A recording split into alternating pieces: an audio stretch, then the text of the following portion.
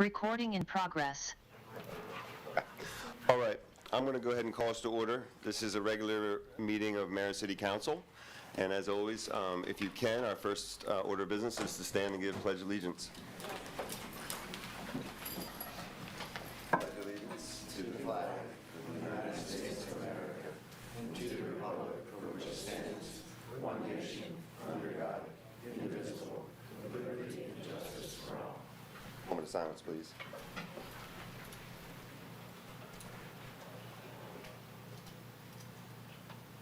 Okay, thank you.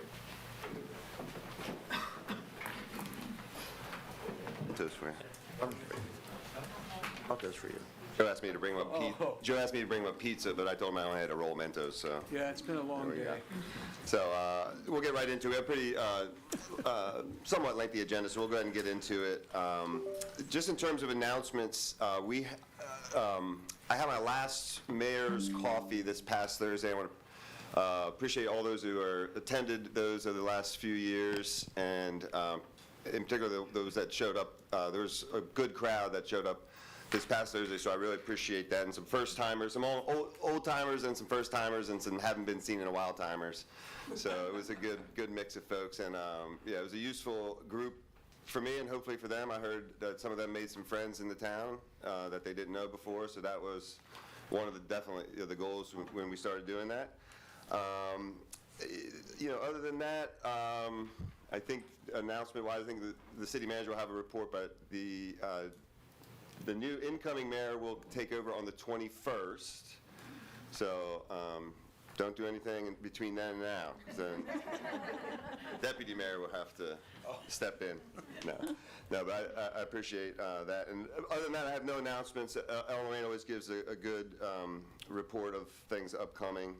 And so also no additions or deletions, because I think we had already removed the benches at Mary Vessel's is not appearing on the agenda, correct? So if you were here thinking that we were going to make a decision on benches in Mary Vessel's Park, we won't be. So you can get home early or you can stay. I think that's the only one. And then we'll get into proclamations and recognition. So let me pull up. The first one I actually don't have a printed copy, so let me pull that up. I know it's Public Service Week, so let me just get in here. I also forgot my glasses, so I'm going to have to blow this thing up to a... Yeah. Okay. So again, I'd like to thank everyone who is involved in public service, and that would include those of us up here. We got like a 2 here, Joe. We'll work with that. Okay. So Public Service Recognition Week actually did occur this past week, May 4th through 10th. And the City of Lewes and City Council thank the city's employees for their service and commitment. They're the unsung heroes whose contributions keep our city working. And so I'd like to just, it would be impossible for me to, by memory, remember everyone, so I'll go for the departments here. That includes all these: administration building, dock master, assistant dock master, finance department, beach patrol, the maintenance department, our parking ambassadors, our parks and marina department, our planning department, and of course our police department.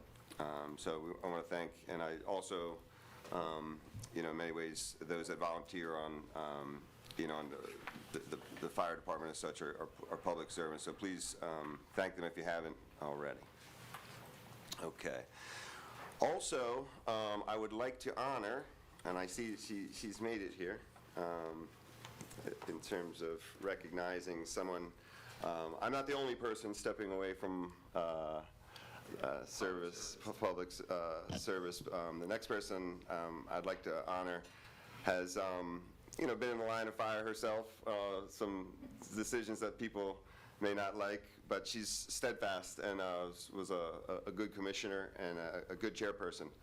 So I'd like to, Barbara, you don't have to come up yet, but I would like to honor you and read this aloud.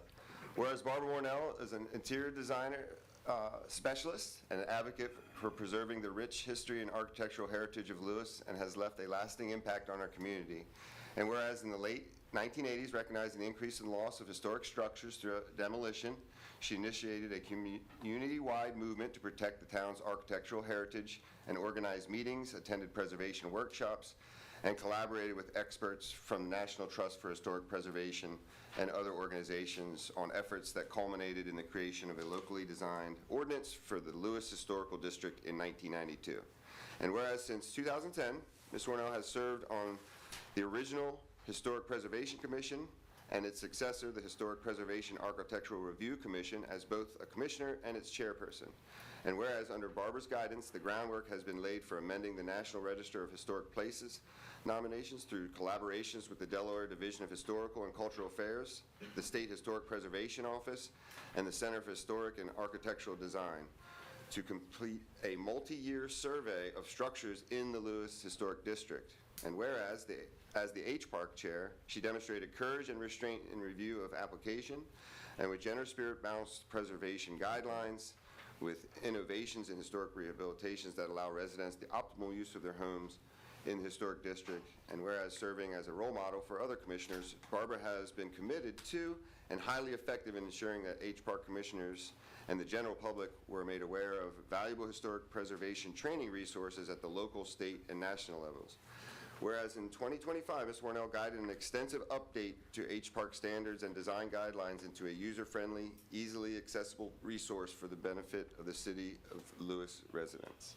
Resolved, I, Andrew Williams, the Mayor of the City of Lewes, on behalf of City Council, do hereby honor and celebrate Barbara Warnell, whose legacy reminds us that historic preservation is more than preserving architecture. It is about telling stories and honoring heritage so that future generations may enjoy the charm and beauty that make the City of Lewes so special.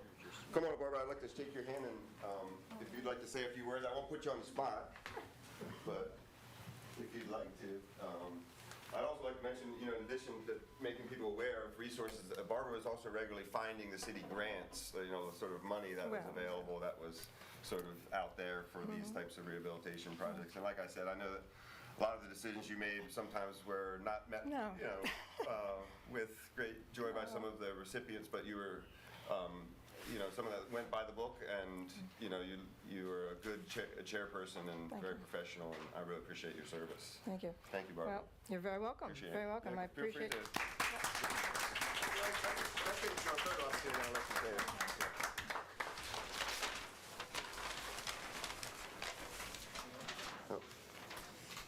Thanks, Barbara. Yeah.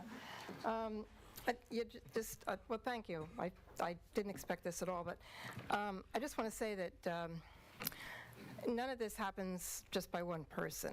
It always takes a lot of people doing this. I never did any of those wonderful things totally by myself.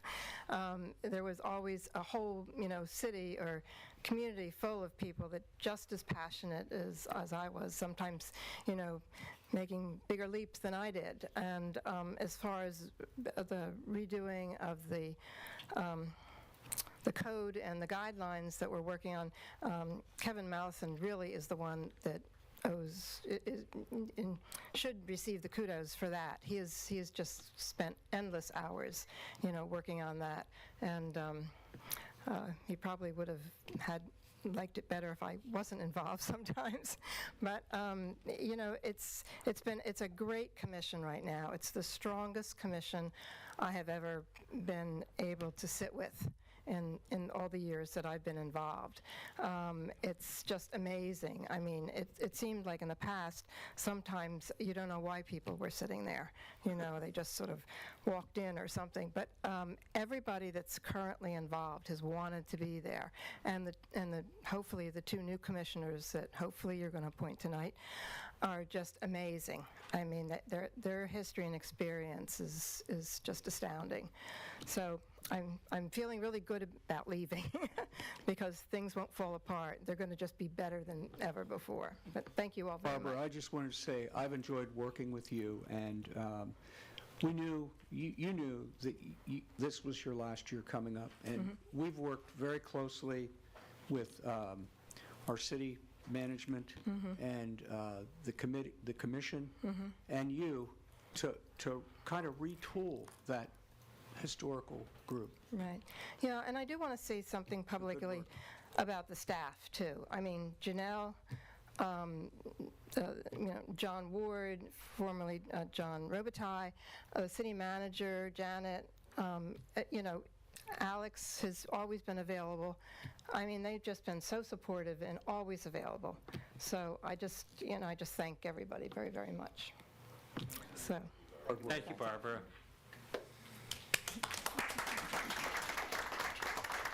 Okay, so moving on. There's a clue. Well, okay. Let me jump in No real worries. quick. So before the mayor moves on, and since we're doing proclamations, I think it's almost appropriate that I speak up and honor our mayor. This is Andrew's last meeting with the city of Lewes. He insisted I don't do this. In fact, when he saw this proclamation I have here, he just shook his head, because that's kind of the character that Andrew is. I mean, even though he is a public servant and has been for over 5 years serving this city, he doesn't really seek the limelight, which is kind of oxymoronic if you think about public officials. But Andrew is someone who gets a lot of things done behind the scenes, and he gets a lot done in public. But I know he's been very special to everyone on this dais. I see staff here that Andrew's worked with for many years, and we're going to really miss somebody who really cares a lot about the city, and that's why he ran to begin with. But I'll tell you, you probably will never find another person serving as mayor of this town who is raising 2 boys. His wife is Rita is an accomplished professional in her own life. He is working full time and doing everything in his power to manage the city and work and lead the city. And it's always astounded me that he finds the time for all that and has done it in such an effective and friendly and just, collaborative way. So with that said, I want to read the proclamation I have for Andrew. Can you stand? Come on. I don't know why he doesn't like this stuff, but this isn't that long. So this is a tribute to Mayor Andrew S. Williams, an appreciation for his service to the city of Lewes. Whereas Andrew Williams, a native son of Lewes, Delaware, is hereby recognized for his distinguished service to the city of Lewes as a member of the city council and as mayor. Whereas Mayor Williams brought to this office an open mind and a willingness to engage in difficult conversations, a quality greatly appreciated by all the members of our community.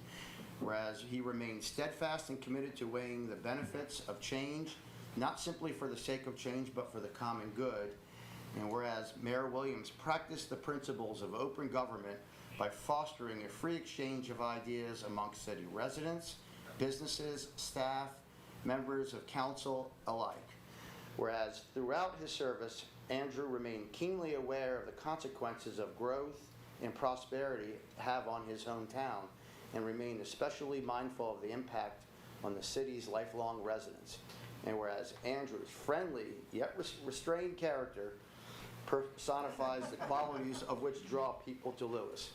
Be it resolved that we, Deputy Mayor and the City Council, on behalf of the residents of the City of Lewes, make it known Andrew S. Williams has served as an attentive, respected, and mindful mayor of our city, and we are grateful for his commitment and service to the citizens of Lewes and the City Council. Thank you very much, my friend.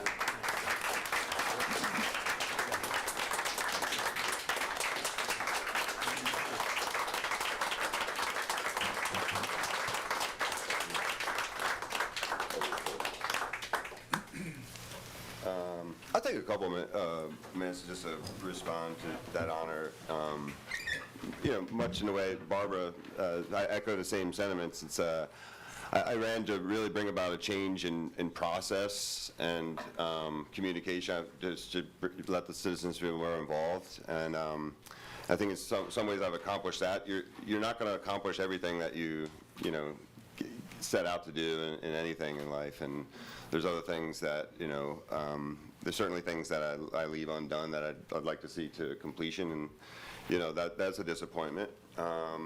But I leave in a place where I feel the council, the staff, the tenor of the city is in a good place.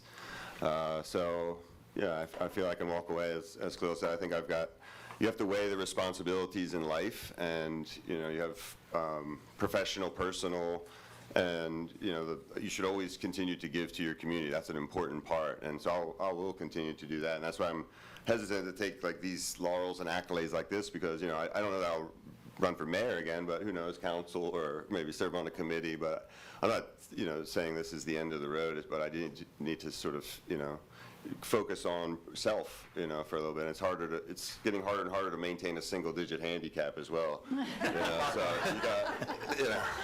So Just so you remember, we didn't retire your driver or your golf bag. We just so he may be coming back. I would also just like to thank, I'll reach out to individuals as well when this is all, you know, officially over. But there's a lot of people that helped me get to this position in terms of encouragement and physically getting out there and knocking on doors. And, you know, they also are the same kind of people that are encouraging you, like, why the hell did you get into this, why you should stay, and, you know, keep that fire burning. So I'd like to thank those people very much. And I got new ones along the way, too. You know, I think people, that's the more you find, is people truly are grateful for what, you know, we do. They get it, right? And they're not going to like most decisions probably that we make, because what we tried to do is also not pick winners and losers. And I've said this before, like sometimes in that situation, some people can go away feeling like they lost a little bit, and that's okay, because you have to get, you know, and I think I'll leave this to say that I think the other experience that I've had in this role, unfortunately, our politics right now are just very toxic, very toxic. It's a blame culture. 80% of people who are in these seats don't get paid, or they get paid less than $10,000. There's no real reward for that. Just the assertion that, you know, that we're in the pockets of developers is ridiculous.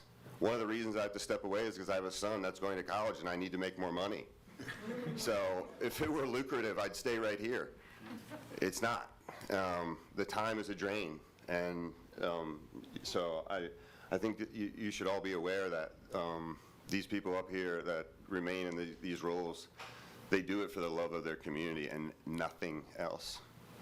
So with that, I'll return to the regularly scheduled program. Mayor, I just wanted to say that on behalf of the city staff, we too appreciate your genuineness, your sincerity, and your thoughtfulness when it came to matters dealing with the city staff. We know that, and you know that they are the biggest asset the city has, and we certainly appreciate that. So, Well said. And it's timely because one of the next proclamations we're going to address here is it's National Police Week, and I see some of the officers in the back there in the vestibule. So I'd like to read this out in their honor. So this is 2025 National Police Week is actually, we're in it, May 11th through 17th. Whereas National Police Week, first proclaimed by John Fitzgerald Kennedy in 1962, is a time to honor and remember the service and sacrifice of our law enforcement officers across the United States who have dedicated themselves to protecting others, often at a great personal risk. And whereas in the state of Delaware and throughout the nation, police officers serve as community partners, mentors, and first responders, building trust through positive engagement, de-escalation, and a commitment to justice for all. And whereas the Lewes Police Department, under the leadership of Chief Thomas Spell, exemplifies professionalism and dedication in safeguarding our community, fostering trust through community policing, and ensuring the well-being of all residents and visitors. Whereas it is fitting and proper that we, as a community, join together to recognize and support the vital work of law enforcement officers and their families, not only during National Police Week, but throughout the year. Resolved, I, Andrew Williams, Mayor of the City of Lewes, on behalf of City Council, do hereby proclaim the week of May 11th through the 17th, 2025 as National Police Week in the City of Lewes, and urge all citizens to express their gratitude to the members of the Lewes Police Department and all law enforcement officers for their dedication and service. So I'd like to start and say thank you to our officers. Thank you. And for someone who dislikes public recognition more than the mayor does, that's not why we're here. We're here for you. I appreciate that. Appreciate that. Well said. I appreciate that.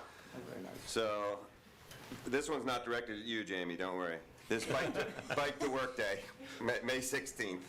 So I actually don't know, there was in the past an organized Bike to Work Day, but I think this year we would just encourage you, if you normally ride and or drive and you could bike, give it a shot. If you have to get on Highway 1, I wouldn't encourage it. So, whereas Bike to Work Day provides an opportunity to promote the many benefits of cycling and to encourage residents and visitors of our city to consider commuting by bicycle, and whereas bicycling is an eco-friendly and sustainable means of transportation, recreation, and fitness that helps reduce traffic congestion and improve air quality, and whereas the City of Lewes is committed to supporting sustainability, public health, and quality of life through safe and accessible transportation alternatives, and whereas Lewes is home to scenic bike routes, including the Junction and Breakwater Trail and the Georgetown Lewes Trail, making it a welcoming community for cyclists of all ages and abilities. And whereas Bike to Work Day serves as a celebration of these benefits, encouraging individuals to choose cycling as a means of commuting to work. Resolved, I, Andrew Williams, the Mayor of the City of Lewes, on behalf of City Council, do hereby proclaim May 16th as Bike to Work Day in Lewes. I urge all residents, employees, and employers to participate in this day by biking to work, promoting cycling as a sustainable mode of transportation, and organizing group rides and events to celebrate cycling, and supporting infrastructure improvements to enhance safety. And I like to call it Lewes Cycling. They do a good job of doing these types of things, calling together cyclers and organizing like minds in that way. So, yeah, we're definitely a community that embraces cycling, and please be mindful of them out there when you're driving. Slow down a little bit. Okay, Armed Services Day. Okay, so this is this is May 17th, okay? Whereas members of the United States Armed Forces, the brave men and women who serve to safeguard our freedoms and uphold our way of life, exemplify the core values of our nation, and serve as a symbol of strength, commitment, and sacrifice. Whereas we remember those who gave the ultimate sacrifice in the defense of freedom, and we reaffirm our community's commitment to standing with our military heroes today and always. And whereas we acknowledge the families of service members who support and sacrifice at home, allow their loved ones to carry out the missions around the world. And whereas the City of Lewes is especially proud to recognize the following veterans and reservists who continue their service to the community as valued members of our municipal team, bringing with them the same spirit of dedication and civic duty that defined their military careers. So I'd like to call out John Lafferty from our Parks and Marina, who was served in the Navy, Chief Tom Spell from our police department, was Army, Jonathan Moyer from our police department is in the Air Force Reserve, Nick Yatsko is part of our police department is in the Army, Tyler Minuch is from our police department is in the Army National Guard, Isaiah Brown also from the police department is in the Army National Guard, Dennis Crawford from our parking enforcement is an Army veteran, Bill Ash also from parking enforcement, Army veteran, Robert Castagna from parking enforcement is also Army, and Rick Melendez from the maintenance department is a veteran of the Marine Corps, Rodney Reynolds of the maintenance department is a veteran of the Coast Guard, and John Ward from our building department is a veteran of the Air Force. Resolved, I, Andrew Williams, the Mayor of the City of Lewes, on behalf of City Council, do hereby proclaim May 17th, 2025 as Armed Services Day. In the City of Lewes, I call upon all residents to use this day to honor the courage and commitment of our armed service members. So, just like the police, you know, our freedom isn't attained without the ability to defend that. And so, similarly with the police and the armed services, they're a necessary part of our democracy and our freedom. So, we very much appreciate your service. All right.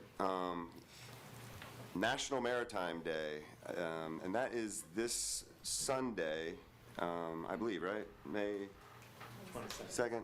Is that Sunday? Okay. And Amy, this doesn't have a time. that's Do you know Thursday. off- No. Thursday. They're going to do it on Saturday? Okay, that's what I thought. I didn't want Saturday at 11. Saturday at 11. That's why I didn't want to. I knew you had agreed to make an appearance there, so you know the time.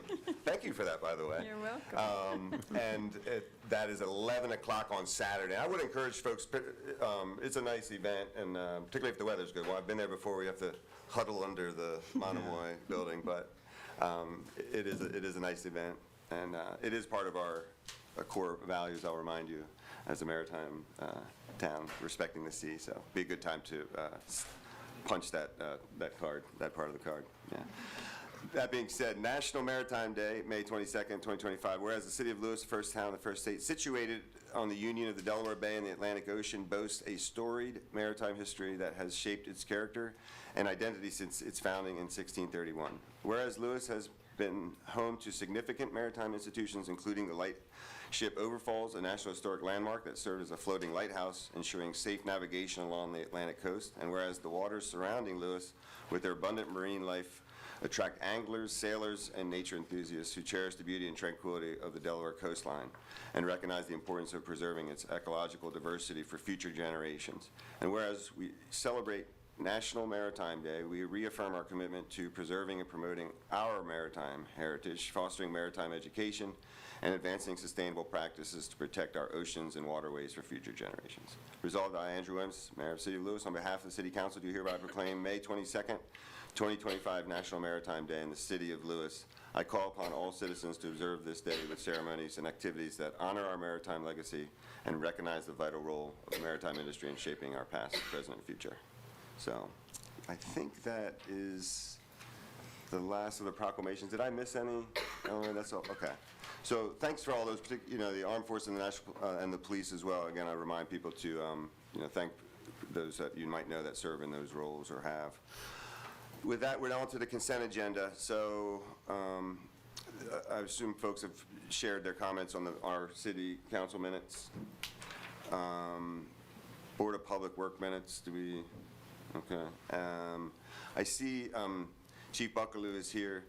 Do you want to come up and give us a report? I would appreciate your colleague coming last week, giving us a report on the batteries, and we'll remind people, don't stack your lithium batteries and don't leave your toothbrush plugged in at night, right, Bill? I understand that everybody went home and unplugged their electric toothbrush. For the month of April, we had 599 emergencies, 91 fire calls, about 18% in the city limits. And for EMS, we had 508 calls and 133 in the town limits. That's around like 26%. This time last year was 545, so we're ahead by, I think it's like 78 EMS calls and like 80 fire calls. So we continue to be busy, and we're just going to get, unfortunately, busier. We're a retirement community. I want to share a quick little Mother's Day story. Last night, 11 o'clock at night, we get dispatched for a service call at Staples on Route 1 at the outlets. So I was awake, and I wasn't the duty officer or anything, but my dog got in my truck, and we went out there, and I'm halfway there, and I find out that some lady was walking their dog and came up to a storm drain, and this mother duck was going crazy, and her 6 ducklings fell in the storm drain. So the fire truck and the ambulance from the Nassau station went, and they pulled up just before I did. I was in the front parking lot looking for it, and they came in the back, and they found it, which butts up to the golf course. So if I didn't see this in my eyes, it's a shame we couldn't get a video. But as I was pulling up, the ambulance guys were getting out of the ambulance, and they went over to the grate. And of course, Mother Nature is a beautiful thing. The mother duck went and attacked the 2 ambulance guys that were trying to help. And I look, and thank God they had long pants on. But they were all this, they were running, and feathers were flying. And then she calmed down, and I guess, well, she realized that we were helping, and literally she was pacing back and forth, just standing there, and we took a hook and opened up the grate. We had plenty of manpower. We put an attic ladder down, and the guy that got attacked, he climbed down and lifted one by one until all 6 were up, and would lift it up to the grass, and the little duckling would walk over, and the mom wouldn't leave until all 6 were there. And then they just marched off to the golf course. So I did get a picture, and I sent it to Maddie from WRDE. She says, can I post this? I said, I'm always in the news, so something positive is good. Well, I was going to mention, to that end, Bill, so last time you were here, I actually asked you about like the sensitivity training or the DEI training, and you'd mentioned you had just done some. I know some corporations are rolling that back. Will you all continue with the trainings that Absolutely. You've been doing? It's a state requirement. Okay. And of course I do it at work, and then we do it, and then we have to every year we have to recertify in it. Okay, All the good. members. Okay, so that's not something that's going to be rolled back because, like I mentioned, some of the DIs is. No, we're full force with that. Okay, I appreciate that, Bill. All right, and congratulations on your service to the city, and we look forward to working with them in the future. And same with you, Bill. I really maintaining a appreciate great what you- relationship. Yeah, I know the volunteers, again, I'll put a call out. They still need volunteers, the struggle. And- So- And I know you do a lot for the town, but I don't know when, because I saw you hit a golf ball the other day at our golf tournament, and you were straight and long, so. And we came in third, but we should have, Yes. something, I don't know who came in first yet. We're still trying to figure that out. I know, well, you know how scramble is with a pencil and a race. Thanks, Bill. Henry. Thank you. Okay, so with that, I think we're going to treat the scheduling of public hearings outside of the consent agenda now. So then what I'll do is ask for, I move that we approve the consent agenda. Second that. okay, all in favor? Aye. Aye, okay. Any opposed? Abstain? No? Okay. All right, so next, on to scheduling of public hearings. Alex, are there, as far as you know, any reason to adjust the dates? So we have dates tied to these here. June 2nd. These look good. Okay, so is there any reason that I can't ask for a motion to set the dates as posted there, like for the first two in June, call them together, and then the second one, May 27th? Okay, cool. All right, so can I get a motion to set a public hearing for the Historic Society to combine two parcels into one parcel at 119 West 3rd Street and 110 Carpenter Street, tax parcels 335-8.07-285 and 286 for June 2nd, and I'm going to look for, also on June 2nd, proposed ordinance to amend Chapter 170 subdivision land development, Section 170-9, notice requirements in Chapter 197 zoning, Section 197-95, application review process, and Section 197-97, relationship to development plan approval, and Section 197-98, duration, expiration of the municipal code of the City of Lewes relating to certain land use application review processes. So for both of those, I would ask we set those public hearings for June 2nd, 5:30 at the Margaret Rollins Center. So I need a motion and a second. I make a motion that we accept those public hearings as presented. Got a motion by- I'll second. Second by Councilperson Saliba. All in favor? Aye. Aye. Okay, so the third one in the public hearings is a reschedule from a prior, I think, notice snafu. So this one is a revised plan for site plan 1-22 Roosevelt Landing. It's a major subdivision for the creation of 8 lots and site improvements. This property is located at 660 Powelltown Road. This is zoned R2 and open space. And these include tax parcels 335-4.14-110.0 and 111. I move that we schedule the Roosevelt Landing public hearing for May 27th, 5:30. Motion. Second that. Second, Councilperson Marasco. All in favor? Aye. Okay. So next we move to appointments. And first appointment is for the African American Heritage Commission. This is to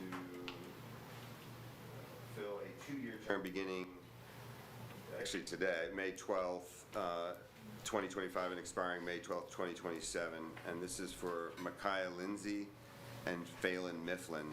And are these to fill existing vacancies, correct? Okay. So I'd be looking for a nomination for, or acceptance of those nominations from the American Heritage Commission. I move that we approve Mickeya Linzie and Falan Mifflin to each to 2-year terms to the Lewes African American Heritage Commission. Second that motion. All in favor? Aye. Okay. So, any opposed? Any I abstain. Abstain? Okay, 1 abstention. Okay. So the second is a appointment to the H Park Historic Preservation Architectural Review Commission for the appointment of Michael Looney and Michael Miniman. And these are each for 3-year terms, again, beginning today, running through May 12th of 2028. And these are vacant appointments, and both serving, they fulfill a special, I think it's a design specialty. So I just remind you of that. Michael Looney and Michael Miniman. And that May 12th, 2025 to May 12th, 2028. I'll make a motion that we appoint Michael Looney and Michael Miniman to the 3-year term starting today and expiring May 12th, 2028 to the Historic Preservation and Architectural Review Commission. I'll second that. Second, all in favor? Aye. Okay. So those are the appointments. So again, I think just to remind folks, we've sort of opened up ways that people can apply. There's actually now a city portal.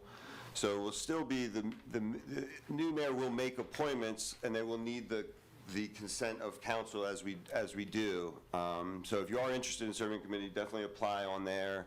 And then, I'm not sure what the new mayor's process will be, but at some point, if it's not, I would put all the ones that you're interested for, because some don't have openings coming for a long time. And what some commissioners do is they'll serve on a committee and then if an opening comes up, say, would you want to move to this one? So I would just point you to that. And then also, of course, call, I don't want to flood her, but, reach out. That's not the only way to be considered, of course, email and otherwise, but, reach out to a council person or otherwise. Okay. With that, then, we move now to our department and liaison reports.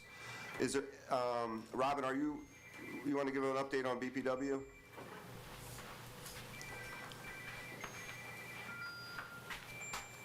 Thank you, Mayor. Robin Davis, the General Manager for the Lewes BPW. Just to give a couple brief updates on some projects. Our canal crossing project is basically complete. The restoration work is just all but closing out. There's a few minor things we got left to do. We're going to be working on developing a punch list and a walkthrough with the contractor in the near future. As far as the well field header project, Teal did the work. It's basically all finished. Looking at the data that we have, the initial data about flow, it has increased the flow from 5 wells. So that's a good thing, a positive on that.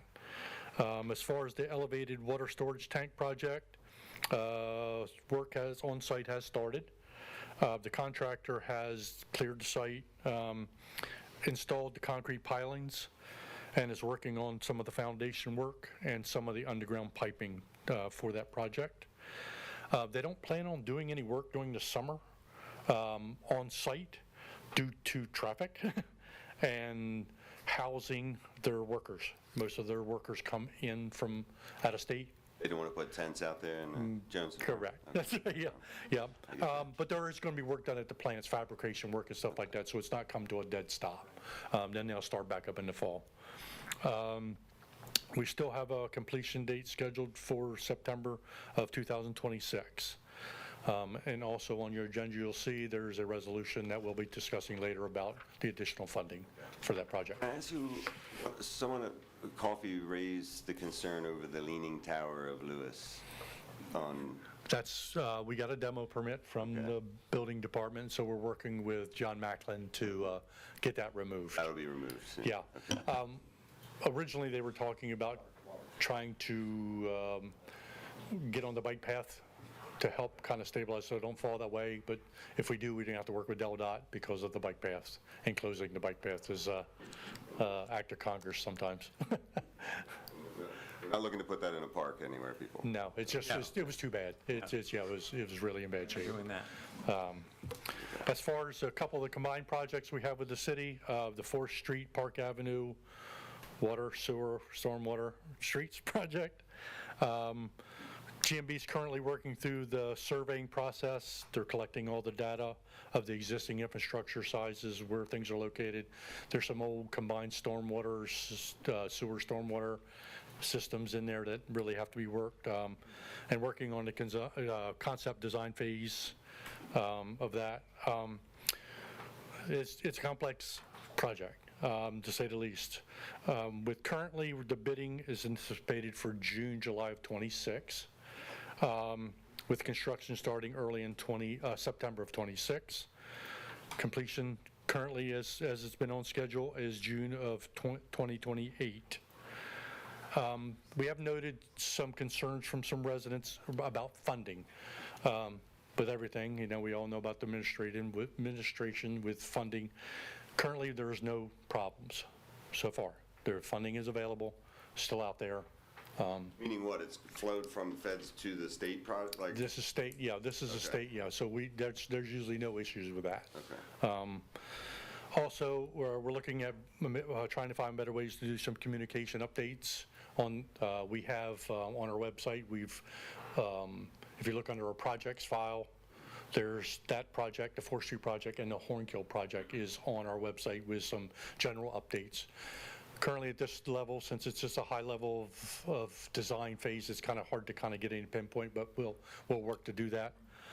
Plus, we're looking at possible options to maybe we can expedite some of the time frames for that, maybe doing some moving of the project around if it's possible. It's early stages though, early stages. Hornkill, basically the same thing. We're working through the design, surveying. GMB has met with all the 11 outside residents to do some locating of their existing septics and wells to try to fit them in the project, because a lot of that's going to have to be reworked because some of the septics are in the back, so all the piping's going to come to the front and all that. So they've met with all 11 and located all that. I can't remember.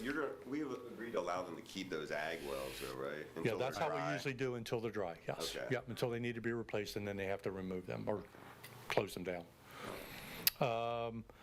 Bidding is anticipated for August, September of '25. Start anticipated October '25. Expected completion June of '26. Those dates are for which project, please, Rob? Hornkill. For That's right, Hornkill, thank you. Yeah, Hornkill. Okay. Again, like I said, updates, we have them on our website, so we'll periodically keep making updates on that. Robert, when you give an end date like that, does that mean like all the homes will be online? Meaning like some will get accomplished prior to that date? So Yes, some people that will is already correct. be Yeah, on yeah, sewer? correct. Yeah, Okay. correct. We did have the household hazardous waste drug take back on April 26th. Very successful. A lot of people came out. We were pretty busy from 20 minutes to 10 until about 12. So it was very, very successful. And our next BPW meeting is Wednesday, May 28th at 4 o'clock in council chambers. Yeah, I was going to, you already beat me to it. Yeah. Before you walk away, I do have a question, a follow-up question. You mentioned that the restoration for the canal crossing project Yes, sir. is near complete. I think that's what you said. Does that include the tree replacement? That's one of the things that's got to be worked. I see. Yeah. But you do expect to get that done between now and? I'm not sure the exact time. I know originally when Austin was here, I think the coordination with that was supposed to be directly with the city and the tree company, so we wouldn't get in between because the city has a better understanding of what is to be back in the replacements. So I don't know where that is in that portion of that. All right. I'll take it up with, Okay. thank you. Thank you very much. Thank you. Just a reminder, as Robin said, May 28th is their next meeting, 4 to 7. They don't provide refreshments, but you can bring your own. Okay. Chief, are you ready? Okay. Thank you, Mayor and Council. Quickly, a review of April showed we handled 235 complaints, only one of which was outside our jurisdiction for an assistance with DSP. We had 7 arrests during the month with charges ranging from terroristic threatening, assault, criminal mischief, disorderly conduct, criminal contempt, menacing, and a DUI. For the month, the department investigated 7 accidents, 6 of which were property damage only and 1 personal injury. 121 moving violations and warning were issued for the month.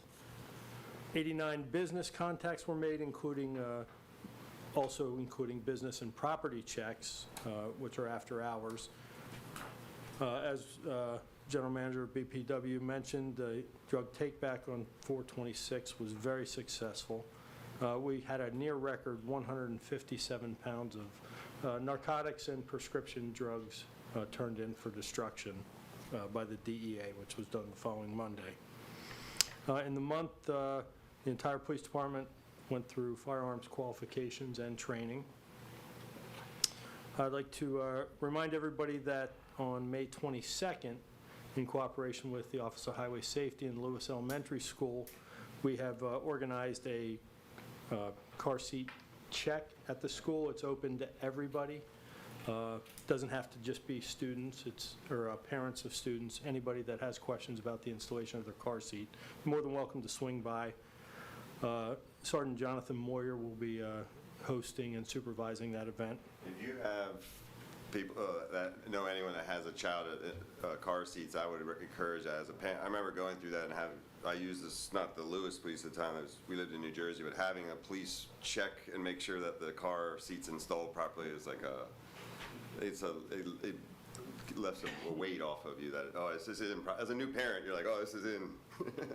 Yeah, it's a 40-hour training to go through just to learn how to do that. Yeah. And certainly for grandparents who are definitely out of the game, it would be a great thing. On April 15th, we hosted a supervisor leadership training at the Rollins Center, sponsored by the Police Foundation. All of our supervisors from the department were there, and as well as chiefs from the Sussex County agencies.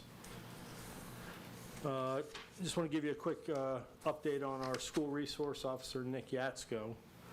During the month of April, Nick handled 3 criminal complaints in the school.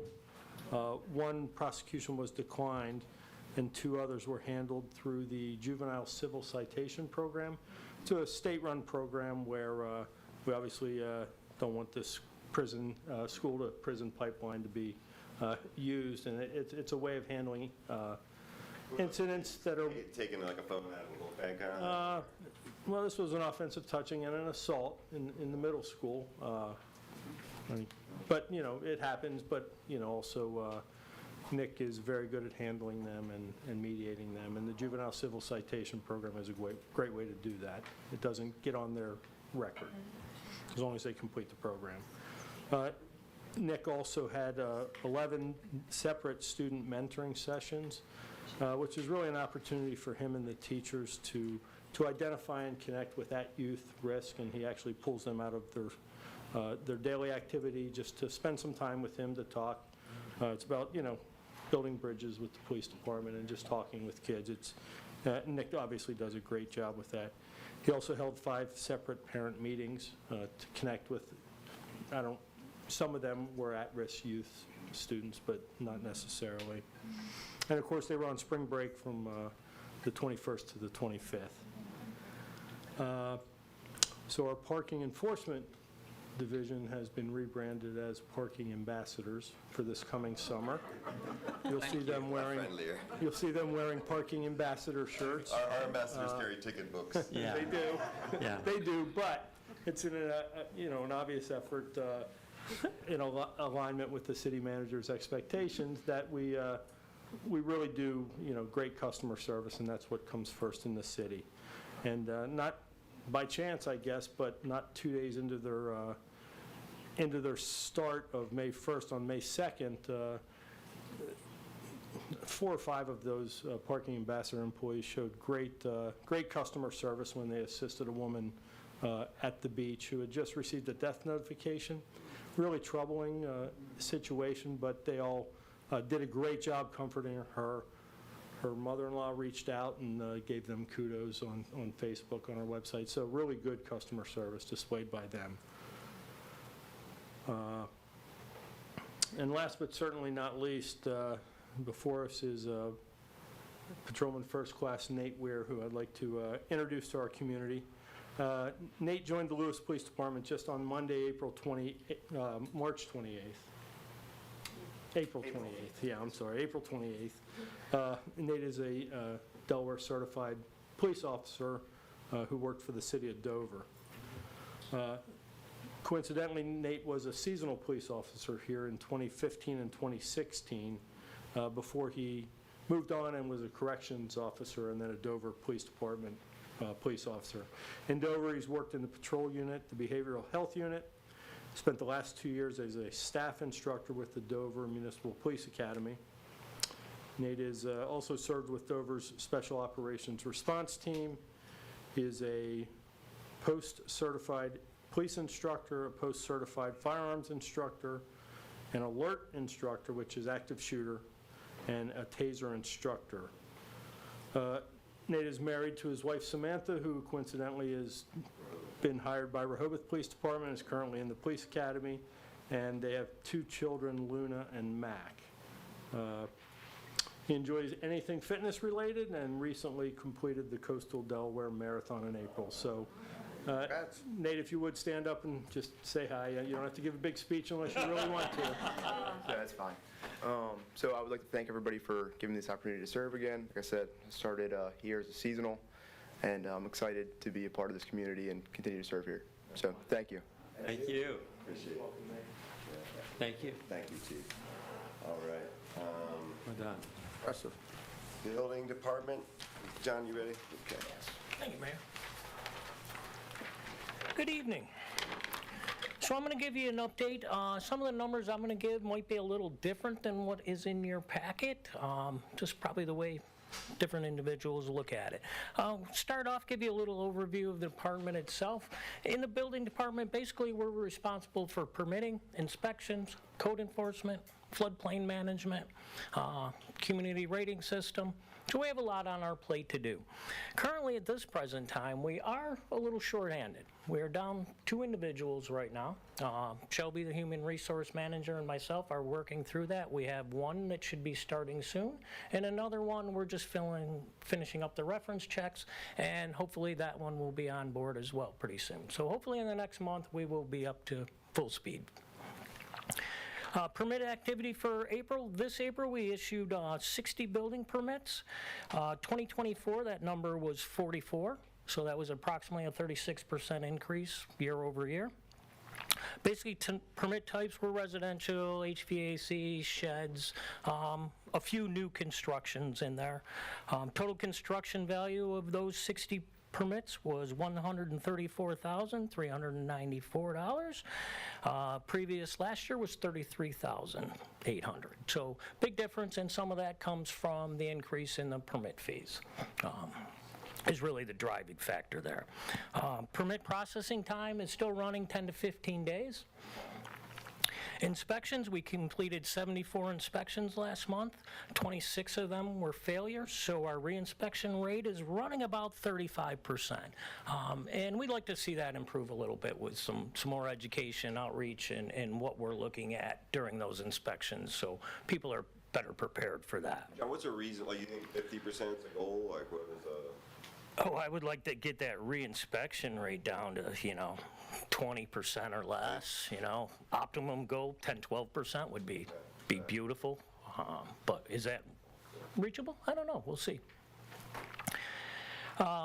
Moving forward, code enforcement, we had 2 complaints from residents. We issued 6 violations. We did 16 license checks, 21 permit checks. Common issues we're getting in code enforcement: encroachments into the sidewalks, unpermitted work, and property maintenance issues are the main drivers there. Biggest thing we're trying to do there is, collaborate with the homeowners, educate them on what those codes are for the property or the encumbrances into the sidewalk, and working with them to correct them as quickly as we possibly can. This past Saturday, as we started our no work on Saturdays, the 1st of May, code enforcement was out in the morning. We stopped 11 contractors working on Saturday. Predominantly, that was over in Old Town. I had reached out to the contractors there prior to May 1, so I will reach out once again and remind them that there is no work on Saturdays unless you're a homeowner. Floodplain management, we're still working through the FEMA CAV audit that we received in January. We are actually on our 3rd FEMA tech rep now. Josh Lippert has left as well, just recently.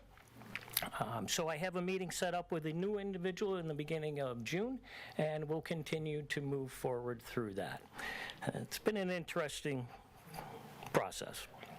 We are scheduled for our community rating system recertification this September. That is staying on that schedule.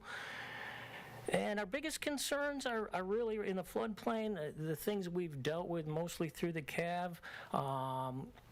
Propane tanks not being secured, sheds not being secured, flood vents. We do have some issues that we're working in the AE and VE zones, but predominantly it's minor things, sheds not being anchored, not having flood vents, propane tanks not being anchored, those kind of items.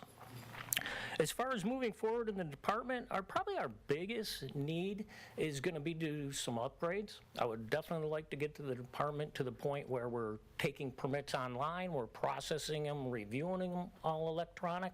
I'll be honest with you, right now we have no room left to store any paper documents, so we really need to move forward. Janelle did a great job in the budget. We do have some money in the budget to do that, so we will be moving forward here, taking steps to make that happen. It'll be a slow process. It'll kind of be try it out, test it out, and move it out a little bit at a time. But that is our goal, and I really would like to have that in place by the end of the year. And what are sidewalk encroachments like? What is that? Bushes, Oh, okay. It's trees, grass, bushes, okay. vines, All right. those kind of things. So basically maintain the width of the sidewalk. Any other questions? Thank you very much. All right, thank you. Okay, moving on then. Planning? You got something for us? I mean, since you've never seen me here before. I am quite busy. As you see from typically your agendas, the Planning Commission agendas, the H Park agendas, the Board of Adjustment agendas, they're all really busy. So there are a number of ordinances we're working on with helping them do that, and with Alex's help. So we've been looking at tweaking some of the town center and town center historic uses in that. Again, you set the public hearing for the public notice just to clean that up, to make sure it's clean. The conditional uses, again, one of your items tonight is for an annual renewal. That's to hopefully eliminate that need. Home occupations, worked with the subcommittee and did a lot of research for them on that. The open space zoning district, still working with the planning commission on trying to provide information that the mayor and council has asked for. Been attending and helping in any way I can H Park with their great program of redesigning the standards and guidelines, which I think are going to be wonderful. And then site plans, just wanted to keep you up to date. The Beach House at Lewes is the hotel on Savannah Road. That is getting closer to being ready to get their final plan approval so that they can start construction. The same with the carriage houses at Cape Henlopen. There was a meeting today to resolve some of the questions the engineer had with the city's engineer. A couple of things that you don't typically see. So the Lewes Historical Society wants to build a new bathroom on site, so that's going to go through an administrative process because it's 600 square feet, so it doesn't meet that threshold of a full site plan before the Planning Commission, and that is actually waiting on another public hearing you scheduled today because they want to put the bathroom on the property line, so little problem there. The DeVries Monument, the Greater Lewes Foundation's been working with the state and to redo the monument on Pilot Town Road. The Overfalls Foundation, I'm just waiting on their final plans for the new museum building near the ship. So we're working on that. So I just wanted to keep you guys in the loop because sometimes those look a little bit different. For subdivisions, White Pond Preserve, which is the 13 units off of Monroe Avenue Extended, is getting closer to finalization. Henlopen and Bluff, I haven't seen anything back, but I know they're working on getting that approved. The Verdon subdivision, it's an older subdivision. It's 5 lots off of Kings Highway. I'm anticipating them to start the road work and the utility work any day now. pre-construction meetings have been happened, and then you've just rescheduled the public hearing for Roosevelt Landing. And then some of the conditional uses and other things, Donovan Smith Manufactured Home Community, Planning Commission finished their public hearing, so I anticipate that to come before Mayor and Council in the next month or two, for you to schedule a public hearing to make a decision on that. Staff is working on an SF4A grant, which is a Safe Streets for All grant that the city was awarded by the Federal Highways.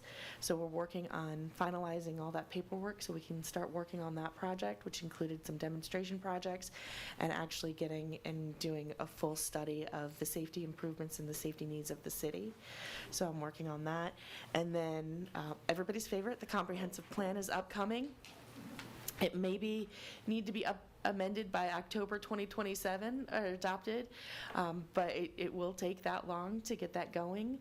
So an RFI, request for information, was posted per the Planning Commission's comments, and we're looking forward to getting some information back so then they can go out to an RFP and work with a consultant to help, bring that to fruition.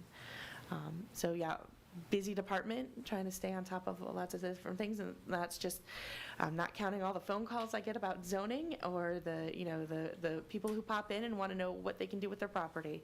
So thank you very much, and if you have any questions. I believe finance is next. Okay. This is going to be a short because this fiscal year 2026 in April 1. There was a tax billing that went out April the 1st.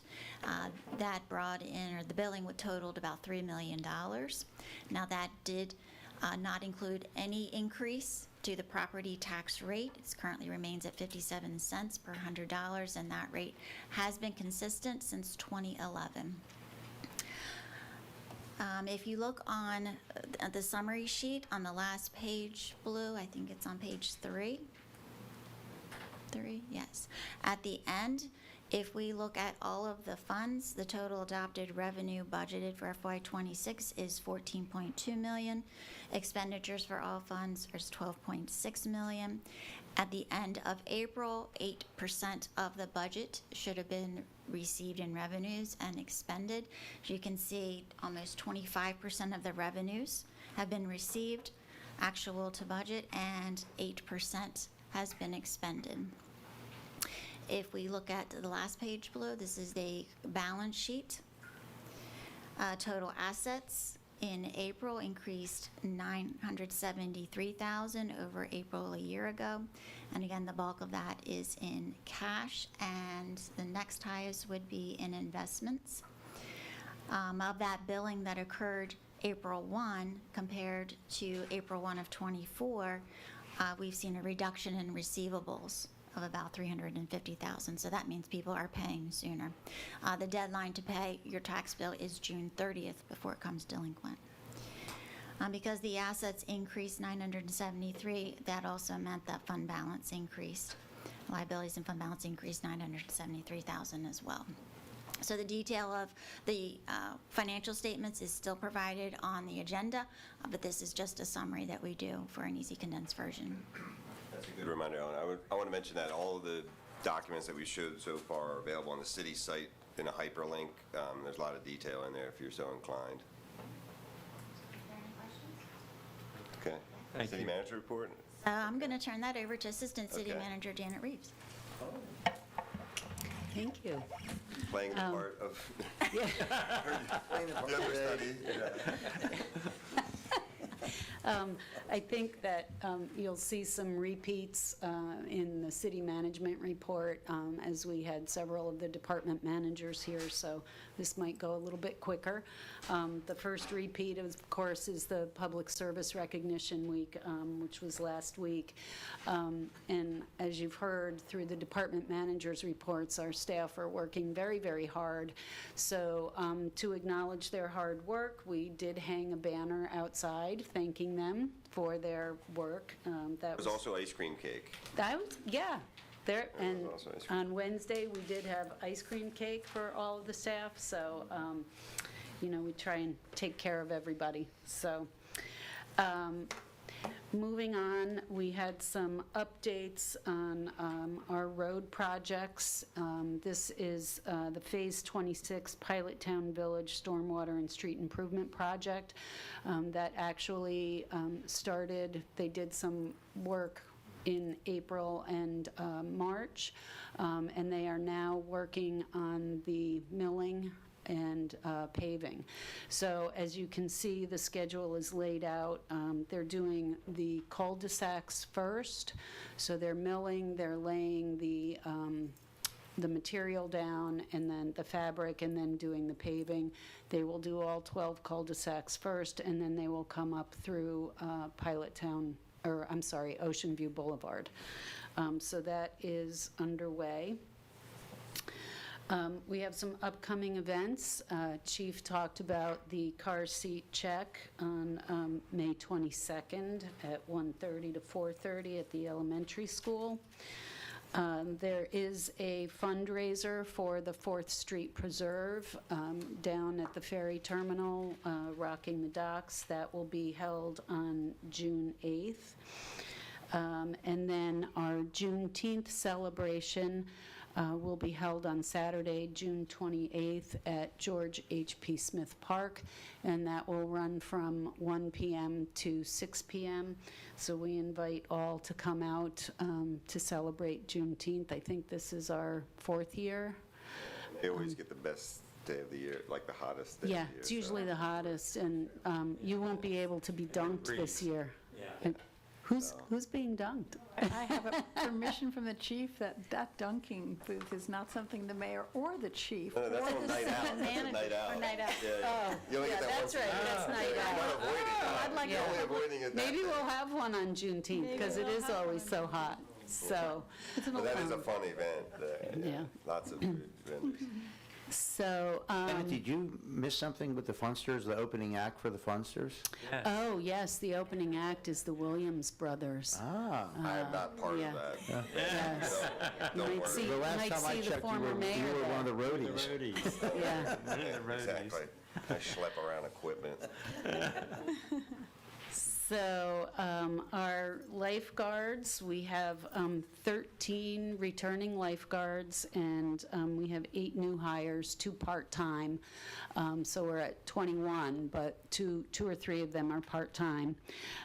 We did start the junior lifeguard program this year, and you can access registration at the link that's shown. I do want to stress that it is not a swimming program. It really is a skills-based learning program. So those who participate in the program will learn about beach safety, water safety. It will build their confidence, their teamwork, their physical fitness, and an appreciation for the dynamic changes that we see on the beach and in the weather. So we're looking forward to seeing how that goes this year and continuing in the coming years ahead. And then you got garbage and put it. Sure. We'll just save that for a beach cleanup day. Some reminders, the next bulk trash pickup is scheduled for Wednesday, May 21st. There is a $50 fee for that. Residents who would like to sign up must call City Hall and be on the schedule. And there's more information on the link that's provided here. We are doing our second season of the second trash pickup. That will begin, sign-up ended Friday, May 9th. So the first pickup will be on Friday, June 27th, and that will go through the end of August. We have 2 closures to report for city offices. We will be closed Monday, May 26th, in observance of Memorial Day, and then on Thursday, June 19th, in observance of Juneteenth. And we had several work anniversaries for the month of May. Kenny Morris, our maintenance foreman, has been with the city for 11 years this month. Corey Castanaro, our maintenance worker 1, has been with the city for 8 years. And Kaz Carroll, also with the maintenance department, has been with the city for 4 years. Jamie McKenna, who's our administration support specialist, has celebrated 2 years with the city. And Officer Phil Porman also has served 2 years with the city. We have 2 new hires. Kit Lawrence is our new assistant dockmaster. She has a great deal of experience working around marine vessels. She is originally from South Africa and previously taught and got interested in sailing and sailed from South Africa to the United States to Florida, and she actually lived in Florida for a while, and then I think Montana, and came back to Lewes and is working with the city now. So, and I know you just met our newest police officer, Nate Weir. Chief had talked about the parking ambassadors. Again, we had 7 returning staff, and we have 2 new hires in our parking ambassador program. And you will notice we've changed the shirts. They're the City of Lewes blue versus the yellow that they had previously. So that kind of goes with the rebranding. So our upcoming meetings, we have Mayor and City Council workshop and special meeting on Thursday, May 22nd at 10 a.m. here in City Hall. We have the public hearing that you set tonight for May 27th at 5:30 at the Margaret H. Rollins Community Center, and the other 2 hearings that you set tonight for June 2nd at 5:30 at the Rollins Community Center. The regular meeting of Mayor and Council will be held on June 9th at 5:30 here in City Hall. Those agendas are posted 7 days in advance of the scheduled meeting, and you can view those agendas prior to the meeting. As mentioned, the Lewes BPW's next regular meeting is May 28th, and again, that agenda is posted 7 days prior. We have the Public Art Committee had a meeting scheduled for April 23rd. However, it had to be rescheduled to the 28th at 5:30 at the Margaret H. Rollins Community Center. The Johnny Walker Beach Subcommittee will be meeting at 5 p.m. on May 15th, and at 6 p.m. the full African American Heritage Commission will meet here at City Hall. The Parks and Recreation Commission regular meeting, which is scheduled for May 9th, has been canceled. It's not being rescheduled, so they will meet for their June meeting. The H Park meeting will be held on Monday, May 19th at 1 p.m. at City Hall. The Lewes Planning Commission will hold their regular meeting on Wednesday, the 21st of May at 6:30 at the Rollins Center. The Bicycle and Pedestrian Advisory Committee will meet for their regular meeting on Tuesday, May 27th at 5:30 here at City Hall. And H Park will have another meeting on June 5th at 6 p.m. at the Rollins Center. And again, you can access the agendas 7 days prior to the meeting on the website. Our Parks and Marina Department is starting to get busy again for the summer season. You can see that the bonfires for April 2025 increased over April 2024.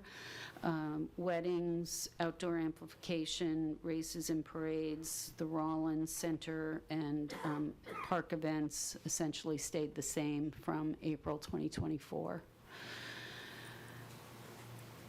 Our refuse pickup, our recycling was down 2.18 tons over April 2024. Yard waste for April was up 5.86 tons over April 2024. We didn't have data for beach rake for April, but 2024, but in 2025, we did 14.94 tons. And then the regular trash was down 0.57 tons from April 2024. John Ward had gone over some of the statistics from the building department. I think the one that stands out is the residential renovations. That was up, down from April 2024. And then the total was down also from 2024. But yet revenue's up. The business licenses, again, John went over that in his report, so I won't go through that again. And then our comments and concerns. We've had 14 submissions for the month of April. That's up from 4 last year. I think people are getting more aware of it. Our response time is approximately 3 days. So we're continuing to track that. Last year when it started, we had less, and it was 1 day, but I think it's still a good response time, and we will continue to track that. By response, you mean thank you, and is it It's a reaction or like a? we're No, gonna do this? it's the full response that this is what we've done. So, and if it's somebody that is outside of the city of Lewes, we still respond. We, acknowledge that they are outside of the municipal city limits, and we offer information to help them get the answers that they need, whether it's going to the county or to DelDOT or whatever the case might be. So we do respond to both those that come from inside as well as outside the city. Thank you for that. So then we're getting now into the agenda component. So we, as usual, start with unfinished business. And the first item, discussion possible action on Draft Resiliency Fund Resolution. Amy, do you want to, does someone want to frame this up in terms of what we want to, okay. Happy to. Yes, this came from prior studies that Deputy Mayor Saliba in particular led, and then it came to the Environmental Subcommittee, and then it came to the Finance Committee. We've gone through public hearing, Planning Commission and public hearings, and the Lewes Finance Committee also established, and we'll hear more about that tonight, about some strategy for the financing. I think the most important part here is that we are leading Delaware. We're recognized. The governor's office has been recognizing our efforts, so have other communities around us, and in particular, the lockbox structure.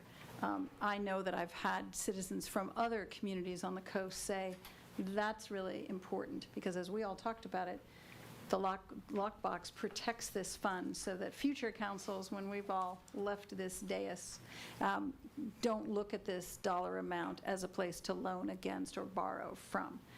So what this fund does, we've clarified its purpose and the types of projects that could be considered. And again, the objectives are to enhance our disaster preparedness, strengthen climate resilience, protect our natural resources, promote sustainable development, and support community engagement. So I think at this point, I think it's been vetted in public meetings, public hearings. Folks have commented, and I think we have a very strong policy statement now going forward. No, I would just echo what Councilwoman Marasco just mentioned. We had an executive resiliency committee 4 years ago. We looked at this, we investigated it, and again, I think you captured it very well, and I'm looking forward to supporting this. Anyone else?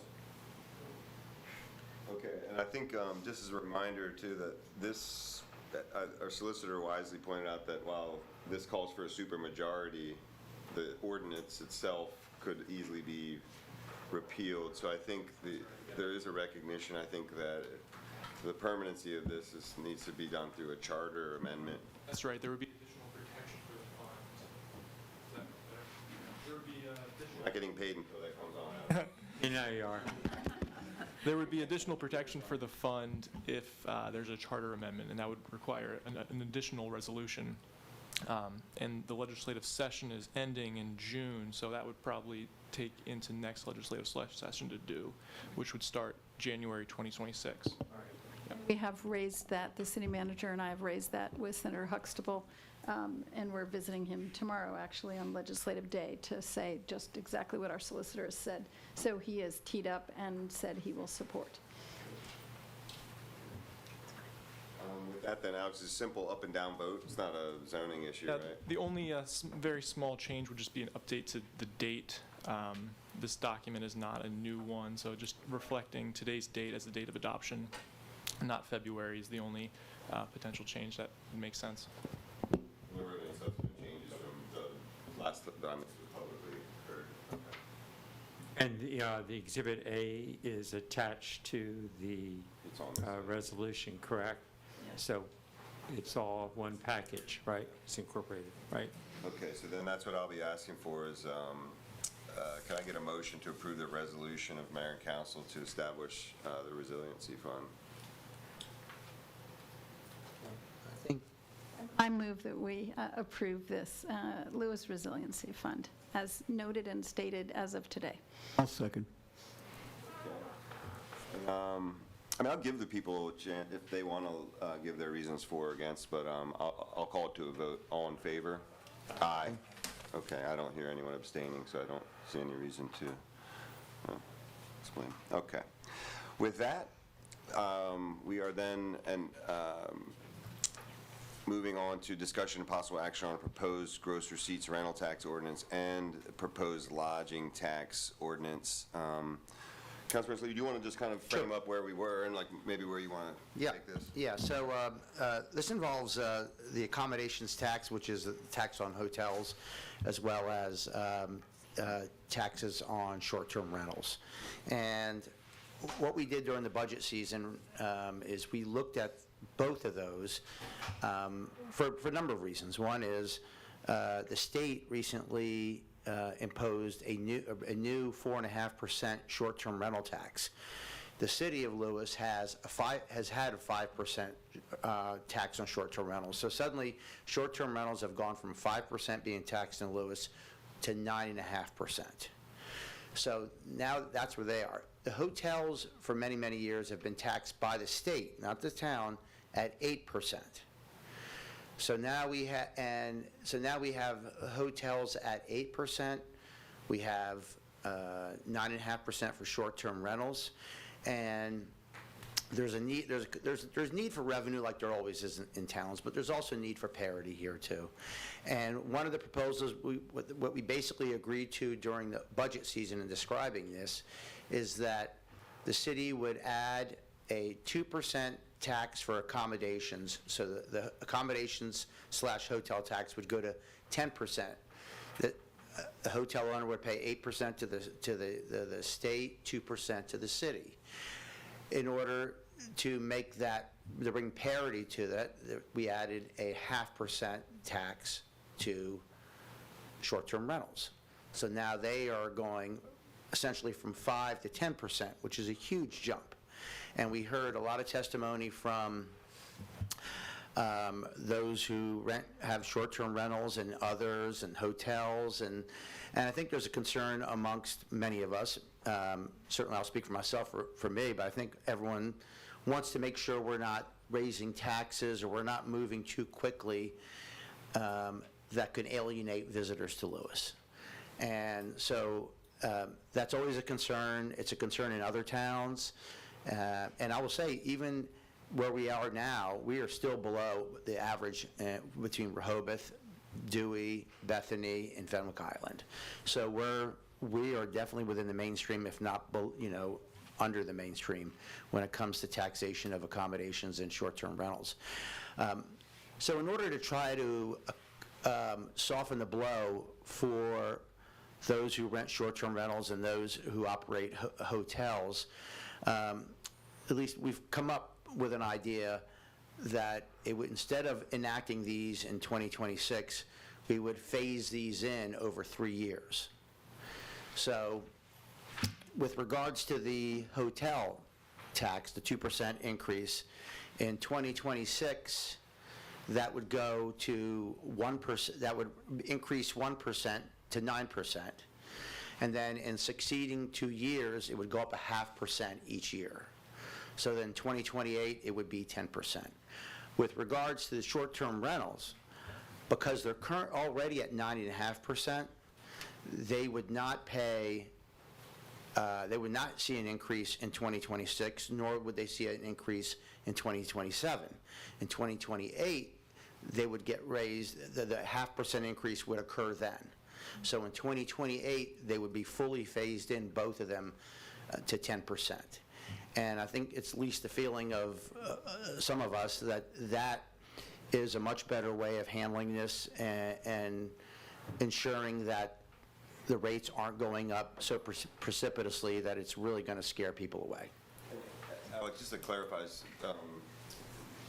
because what we had in a public hearing was in one format, this phased-in approach, is it considered less burdensome, so therefore we could entertain this? Could entertain this, yes, because this is not in the zoning code. It does not require a public hearing. Okay. Public hearing is to gain more public input.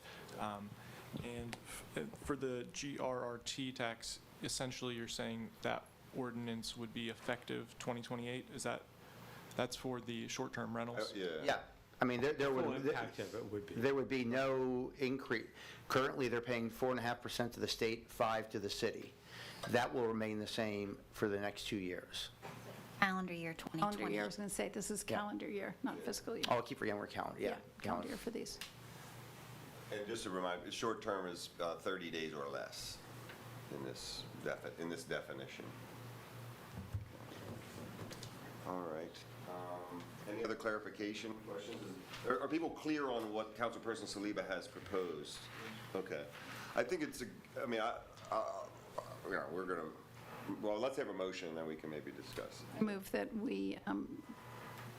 we put into motion, I move that we place, that we place on both these taxes a phased-in approach with the GRT for short-term rental, not having any increase until calendar year 28, and then the lodging tax, which applies to hotels, would start in calendar year 2026 with a step up till they get to 2%. So 1%, then 1%, 0.5%. 1.5, and 2.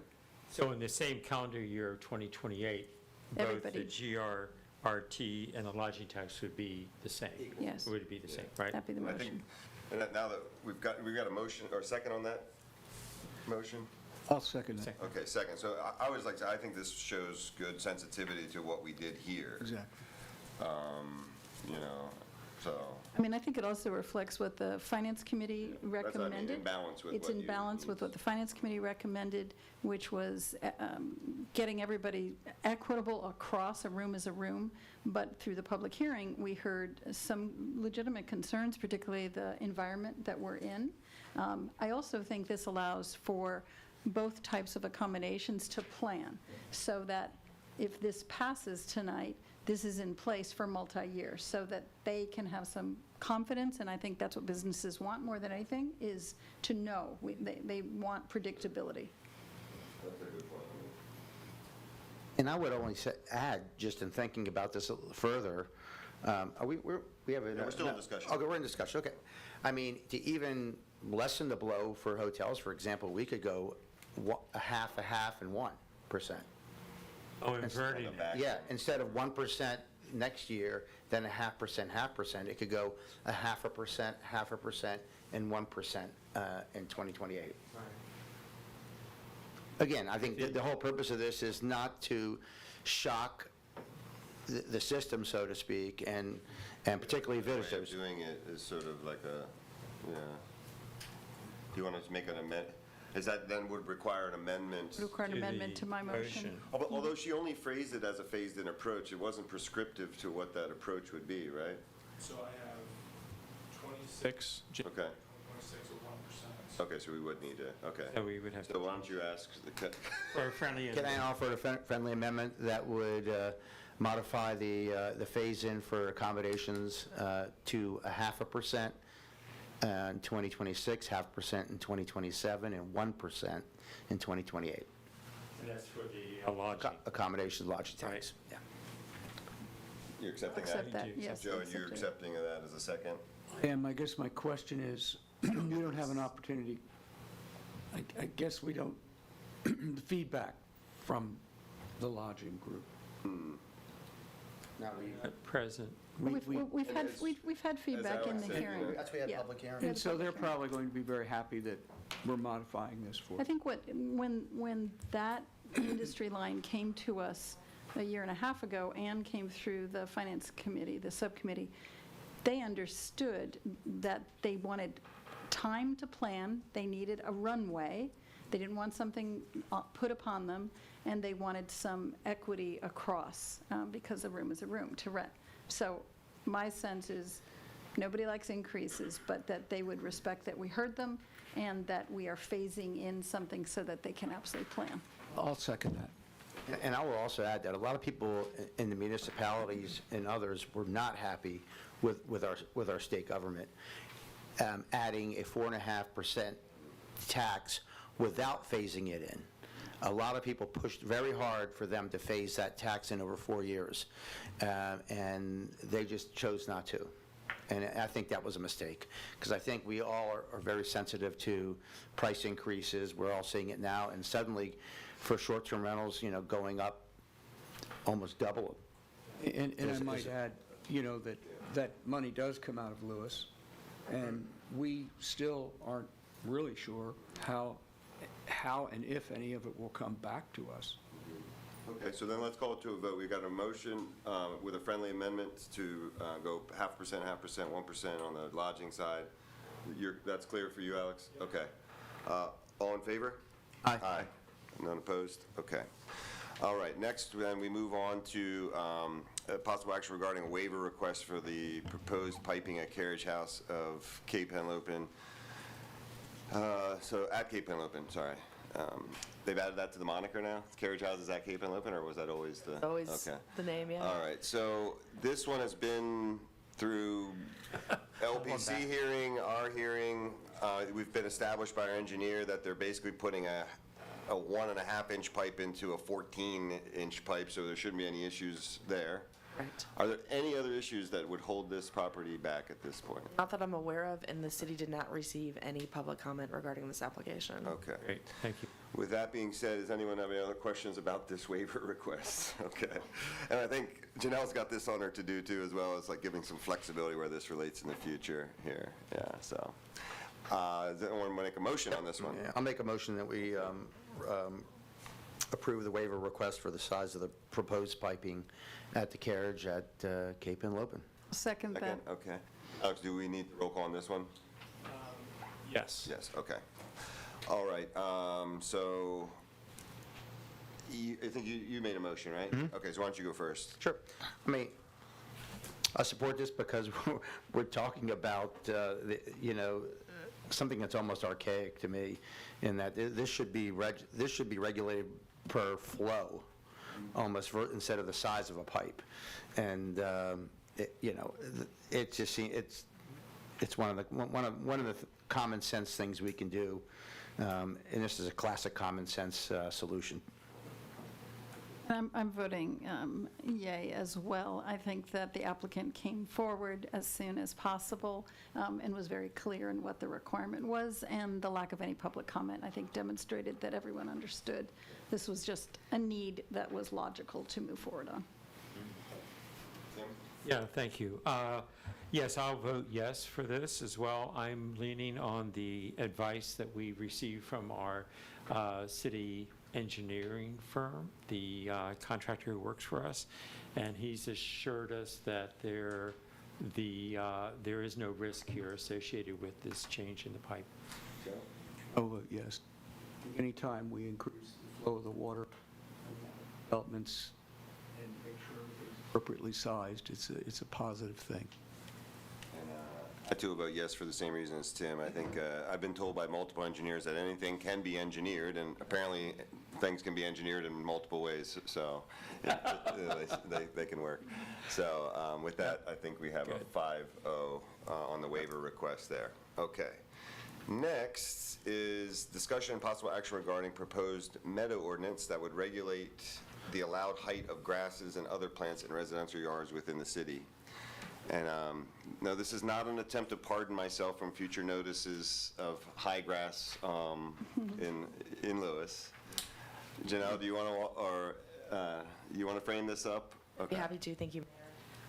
So again, this is something that came out of the Environmental Subcommittee. It's been through the Planning Commission and Mayor and Council for public hearings. Since the public hearing, we have not received any additional public comment, so just making sure everybody is aware of that. And what this would allow is people to have a meadow garden in lieu of grass in their yard with some provisions. One, if you have a corner lot, you need to make sure your site triangle, so grasses and flowers can only be as 2 feet in height so people can actually see that, so you can safely make the maneuver to turn. We do encourage people to register with the city. So when somebody does call and complain, we can go, nope, they're fine. They meet the requirements of the meadow garden. This is not allowing for people to put weeds in their yard. This does not allow this. It is actually planted materials that have to meet certain specifications because some people recognize they prefer this over the standard grass. And I'm happy to answer any questions. I have a question for you. Do you know if, when we speak about meadow ordinances, does that include pollinator gardens? And what is the distinction between the two? Meadow gardens tend to have more native grasses than a classic pollinator, but they're often interchangeable because they're all for the purpose of pollination, which is why people put them in their properties. I have a question about the permitting. I think Barbara Curtis had raised the idea that maybe it ought to be permitted, and I know that I have a couple of friends who are landscapers, and they have to come in to get their permits. In your mind, what's the why, if this is indeed an organized way of landscaping your yard, is it because it's self-serve, or what's in your mind, like what's? So there was a lot of back and forth about if it needed to be, and again, there would be no permit fee. It was just so to give the city a heads up, so when we get those phone calls, that we would know that, yes, it's a meadow garden, so we could save some staff time. Is the reason a landscaper has to get a permit, though, more around the lot coverage issue? So, or building permits are required for hardscaping, not landscaping. So if you're putting in patios or pavers, that's the hardscaping that does require a permit because that's impacting the lot coverage. If you're just somebody took out their grass and put in plants, that does not require a building permit because it is landscaping. my only thing is, like, I get it. My parents are here. They encouraged me to do a lot of stuff, and the things that they encouraged me to do, I did most of it, but the things they told me I had to do, I did almost every time. So that's the only thing we're here is, because your point, then otherwise, like, now you've got this situation where everyone's calling because their neighbor has what is a meadow garden, but they think that, like, they're not mowing it. From an enforcement and perspective, it would be better if we had that mechanism, but I understand why people do not want to have that mechanism, so respect both processes.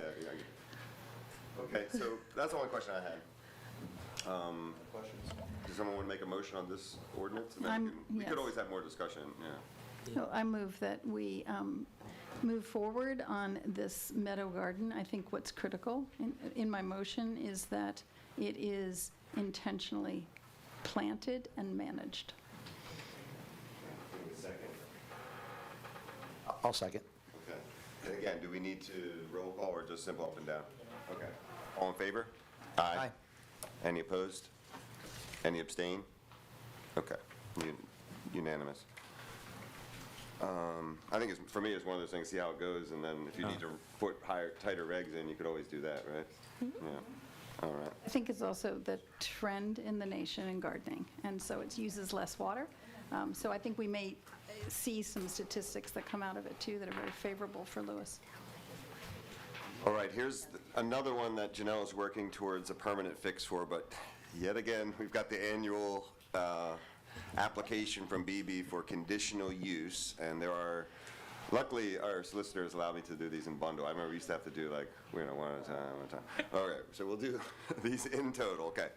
So this is for 406, 410, 440, and 902 Savannah Road, and the last attachment is really just the letter, correct? Correct. The bundled package. So it's really those four. They're being used as offices. They're zoned residential, but utilized as a healthcare facility zoning. So we need them. So He has not received any complaints Okay. over the last year about the use of these properties as commercial. yeah, and like I said, hopefully by this time next year, Janelle worked out something that they could either do it longer periods of time, or it could be done administratively or something. But You're looking for a motion? yeah, I'm looking for a motion. Okay, I would move that we approve the request from BB Healthcare regarding the extension of the conditional use agreements for 406 Market, 410 Market, 440 Market, and 902 Savannah. Can I get a second on that basis? Second. Second, Councilperson Marasco. All in favor? Aye. Aye? Okay. Moving right along. This is discussion of possible action on a resolution to authorize BPW to accept Delaware Drinking Water State Revolving Fund loans for the purpose of financing a supplemental elevated storage tank project.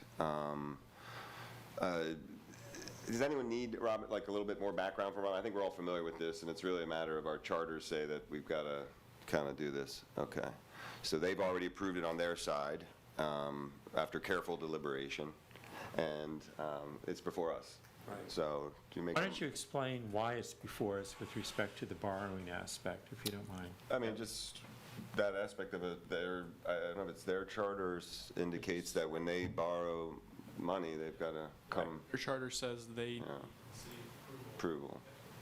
So that's why we have to do this. So again, if there was a way to change that, we might look to do that. Is co-signing equivalent to, or is this equivalent to co-signing the loan? No, it's not. There's language on the second page that the debt indebtedness of the city is not being pledged here. Okay. This is just the consent of the city. Okay. Thanks for that, Alan. Any other questions? All right. Can I get a motion to approve the revolving funds so that they can get a water tower up in the air? Yes, I move to approve the resolution to authorize BPW to accept Delaware Drinking Water State Revolving Fund loans for the purpose of financing supplemental elevated storage tank project. Councilperson I'll second. Second, Councilperson Richard. All in favor? Aye. Aye. Okay. Now, I saw Mary Lou Brock-Rees, but I wasn't sure. Is she presenting? Tina's presenting. She's presenting. Okay, so let's bring up Tina. I And think Mary Lou's on Zoom. this can be a very brief There she is in update. person. Yes. Oh, you're here. You were hiding back there. Yes. I was hiding. She snuck out. Yeah. Feel free to be brief.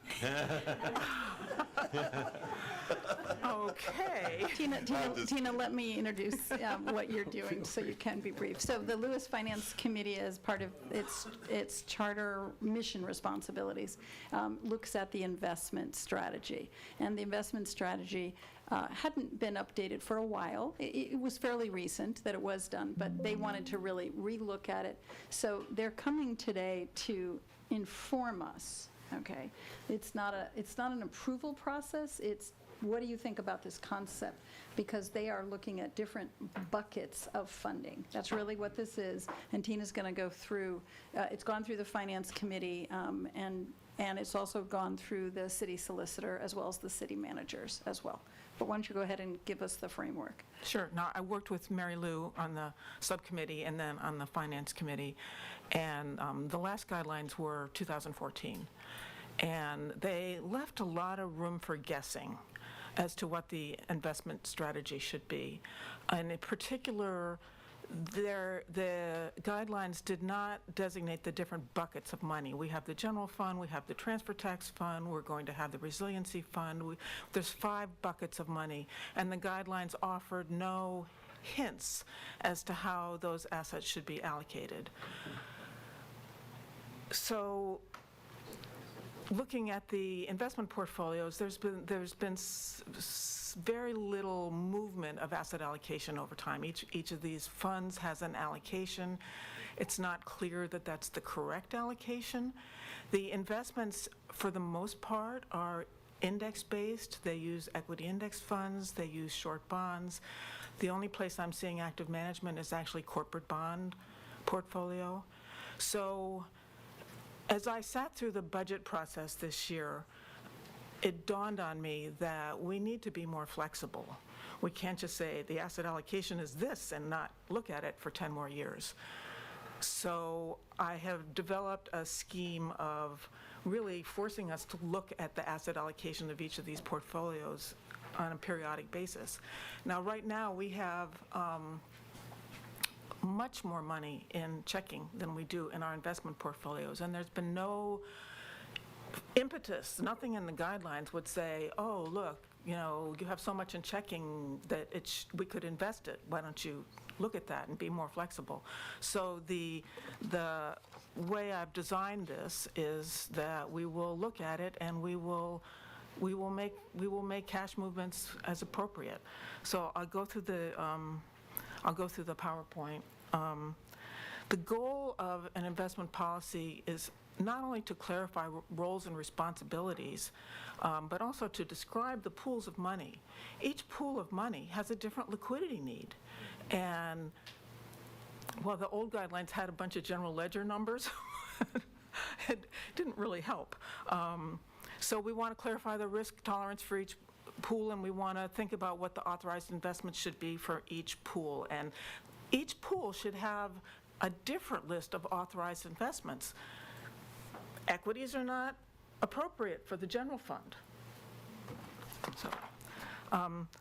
So we want to update the objectives, and I did something which I think is unusual for investment guidelines, which is I included the checking account right there in the investment policy guidelines as an investment asset, because we right now have more than 2 times as much in checking as we do in investments, and it's just sitting there not earning interest or earning very little interest. So let's be proactive and let's pay more attention to this in the future. So I've created a framework for asset allocation. Philosophically, asset allocation of money that you're going to spend in the next 6 months should be cash and near cash.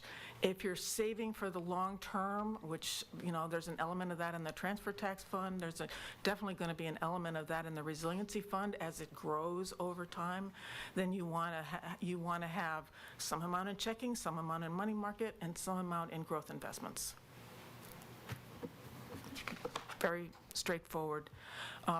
These are the funds that we have designated: the general purpose fund, which you know is tax money, parking meter, and it pays the monthly expenses of the city. Each of these has its own asset allocation. The way I've done this is proposed investment modules just for communication tool. Module A is checking accounts. Module B is money markets or T-bills, anything that you can get the money back into checking overnight. Module C is a hybrid portfolio, and this is where we start to have more money than we think we're going to spend in the next year or so, maybe year and a half. Then you'd put some into Module C, which would be equity index funds and short government bonds, 5 years or less. Very, very not volatile at all. And Module D, if we start to have money, which is really longer-term money, we're not going to spend it, we don't think, in the next 2 or 3 years, then we'll put that money more into stocks. That's all it is. Very simple. And here's how we're going to allocate the funds to the modules. The general purpose fund should only be in cash and money markets, Module A and B. The Capital Projects Fund would all be invested in Module C. That's a hybrid portfolio. The General Fund Reserves Fund is all invested in Module C. The Transfer Tax Fund is, some of it would be in Module A and B, and the excess would be invested in Module C. And the Resiliency Fund, and I have a slide on this, it starts off being in a cash and money market, probably mostly money market, because it's restricted. Once we get the money funded, it's restricted from being spent over the short term. So the next slide, it's just a thought experiment to show how this works. As money comes into the Resiliency Fund, the first year it's cash and money markets. The second year it's cash and money markets and a little bit in Module C, which is still only 25% stock. So you've got a very small amount of growth in a portfolio, because you never know when the big storm's going to come. The next year, $3 million in Module C. So you're starting to get real potential for growth. And as time goes on, this has to be rethought of as, you know, as the months go by and as the years go by. But as time goes on, then this is where we start to see significant equity investments for growth. So the steps towards implementation, we've already met and incorporated feedback from the Finance Committee and from Council. The next step is here, me being here right now, and we would incorporate, of course, any feedback that you all have. And then as far as implementation, we consider a small working group of city manager, myself, the treasurer, whoever else is appointed, but a small working group that would probably in the beginning meet monthly and say, okay, how much is in checking, how much is in money market, how, you know, and what expenses do we see coming down the pike? If we see expenses coming down the pike, if, you know, we have to pay the 4th Street Forest donation or whatever it is that's coming, we know that it's coming down, or, you know, big road repairs, that has to be incorporated into the asset allocation. But at least it's static, we're looking at it, we're going to have as much invested for growth as we reasonably can, given what we know about the future. And we're not going to be kind of coasting status quo anymore. And of course, keeping the City Council and the Finance Committee informed of what's going on. So I see right now, the only really actively managed investments we have in our outside investment manager are corporate bonds, and we're paying for active management. We're not getting active management in an asset allocation point of view, and we're not really getting active management in the investment portfolio. So we can be active within this group ourselves on which asset classes we could be in, and then we can engage with index funds and have a very low-cost portfolio, which will be much more effective for the city than what we have now. And questions? I'm sure you have questions. I just have a comment. I appreciate your diligence, because I know that our neighbors to the south have had some financial issues, and it's good that we're getting sort of ahead of that and getting our a little bit more sophisticated. I think your effort is excellent. The Finance Committee has done a wonderful job. Your role on that committee has helped to bring this forward, and I know you've been working with Elle and Lorraine and Amy, and I think that this approach is very forward-thinking for municipal government. I just happened to recently attend a function where they had a professional person coming in, and I listened to some of the other councilmen from other cities, and they were talking about the difficulties they have trying to figure out strategies for funding their savings and things, and I think this is excellent. It's really the way Very we well all done. manage our own personal accounts, right? Right. Checking to savings, savings to checking, long-term money in a longer-term portfolio. I have one real quick question, I think. I think it'll be real easy, low-hanging fruit for you. First of all, thank you very much for your efforts and the contribution that you're making. Do I understand correctly that what's being proposed is that the investments would be self-directed by the subcommittee, correct? The small working group, yeah. Yeah, the small working group, right? And we would not be using a professional investment advisor. Not that you're not that person, but what I'm saying is, institutional, right? Is that correct? I think that's something that the small working group would like to discuss. Okay. I think right now, if we were making good use of our investment manager, we'd be calling them up and saying, we need more stocks, or we need more bonds, or whatever. So we'd be calling the shots, and then they'd be implementing it. Right. So to extrapolate from that, we're not doing that now. Correct. But to extrapolate from that, once we start knowing where we want our money, we don't really need a third party that's going to charge us money to say, okay, I'll take your order and I'm going to do what you say. Right. And we're not really asking them for advice. So I don't think we need it. Now, as the group gets started, and if there's a lack of comfort with doing it ourselves, then Sure, that's an option. that's an option. Right. I feel, and I'm looking at you, I think I can make you comfortable with this over the course of several months. I feel that I can, and if I can't, we can always change our strategy. Okay. And I think the other thing, Lou, can you put up the last page again of the presentation? Because this was a major part of the Finance Committee's conversation. And that is, our city manager is going to assign someone this responsibility. So even if that working group comes to the city manager, well, the city manager is part of that, and they change direction related to an outside organization, that does not mean that we don't need a resource. So we're very, very fortunate right now to have Mary Lou and Tina, as well as the Finance Committee, very active on this, and they're going to get it in motion. But going forward, this is not an extra task for our city manager. There has to be a person who's assigned, who watches this and makes adjustments going forward. So it's a heads up that there will probably be a resource requirement in the next year. Luckily, our working group is going to be able to do that along with the city manager. Thank you very much. And thank Mary Lou, thank you as well. I'm not sure if she's on the phone. She was She's on- online. is She was online. Oh, really? She might be. Oh, All right.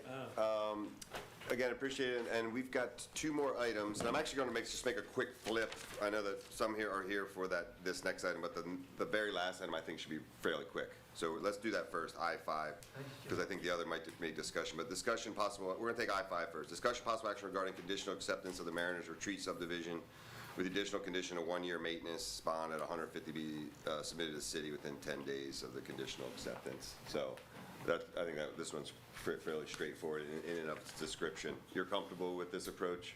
Yeah, just one quick thing. Staff, a potential condition to add on to this would be submission of a landscape. Do we not have that already on file as part of their? We do not. Okay, then that's a good catch. All right. So someone, when they make a motion, that's a good thing to include. Okay. Don't all jump at once. Okay, so. I'll make a motion that we approve a conditional acceptance of the Mariners Retreat subdivision with the additional condition of a 1-year maintenance bond at 150% be submitted to the city within 10 days of the date of conditional acceptance, and that we also request a current landscape plan. And approved. And approved. Okay, that's a good motion. Can I get a second one? I'll second that, but I want to we can follow up. discuss, okay. Yeah, I do want to follow up with a question. With respect to the landscape plan, it is approved by whom at this point in time? Since typically, well, tell me. So typically, it's one of the it's a Right. plan sheet and within the construction plan set. Right. However, nobody has been able to track that down. So We think it exists? it has to have existed at some point. At some point at the preliminary plan approval, there was one, so we just need what should have been finally approved by mayor and council. I see. And that just predated me, so I've searched everywhere. Right. So, Okay, good. What was it called before, Highland? Heights. Heights. Could have been Right. Highland Heights file. Yeah. No, it wasn't there either, apparently. All right. Thank All right, you. so we got a motion, second. I believe, you seconded it. Yeah. Up and down vote, Alex? Or you prefer us? That's fine, okay. Okay, so Councilperson Marasco, you, I'm approving or recommending this gets approval. It's just common sense, and glad to have the approved updated landscape plan in the file. I'm voting aye because this is part of the process for the development to be accepted into the city, and it's appropriate that we do this, take this action. I also, well, I want to bring it to it. Nothing. I'll just vote aye because this fulfills the necessary requirements and conditions. I vote aye, as my colleagues have stated. I do vote aye for reasons my colleagues gave.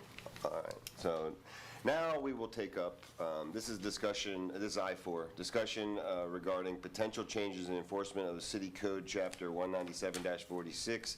The zoning use regulations has to do with accessory dwelling units, to include but not limited to residency requirements, rental license tax implications, and housing policy, and further discussion of scheduling a future public hearing. So who wants to take this one to frame out? Alex? Not me. Okay. That's why you went to law school? So, over the course of several months, maybe a few years, the ADU ordinance was developed. It was adopted last September. Yeah, I don't need to go over that again for you guys. You're all familiar with that document. Allowed certain accessory dwellings, certain accessory structures to be used as dwellings with strings attached to that. Some of the key requirements was that the property owner had to live in one of the structures on the property. I have a paper copy of the code, an old version of the code from about 2010 or so. And at that point, accessory uses were not, accessory structures could not be used as dwellings. So before the ADU ordinance, those structures were not allowed to be used as dwellings. There have been rental licenses given out to those units, so it's something we need to look into to see if we need to potentially change the code to allow those structures to be continued to be rented. Was that part of what we accomplished with the ordinance that we adopted several months ago? Yep. Some of the structures were allowed to become used for dwelling purposes, but not all of them. Does the 900 feet also need to be, we're grandfathering in existing ones, and that was definitely part of our intention. Do we need to also think about amending that, or that's already? So if you have a non-conforming structure, actually, one was built in the 60s that I saw a survey for today, it's considered legal non-conforming because at some point it was built prior to code or prior to code coming into effect, or the city issued a certificate of occupancy more or less saying that it was okay. So again, the 900 square feet as the minimum footprint of an accessory structure does not need to be changed because again, the square footage of an accessory dwelling unit does not have a limit on it. But I think that as well-intended as this ordinance was, and I think this happens, there's things that you then become aware of.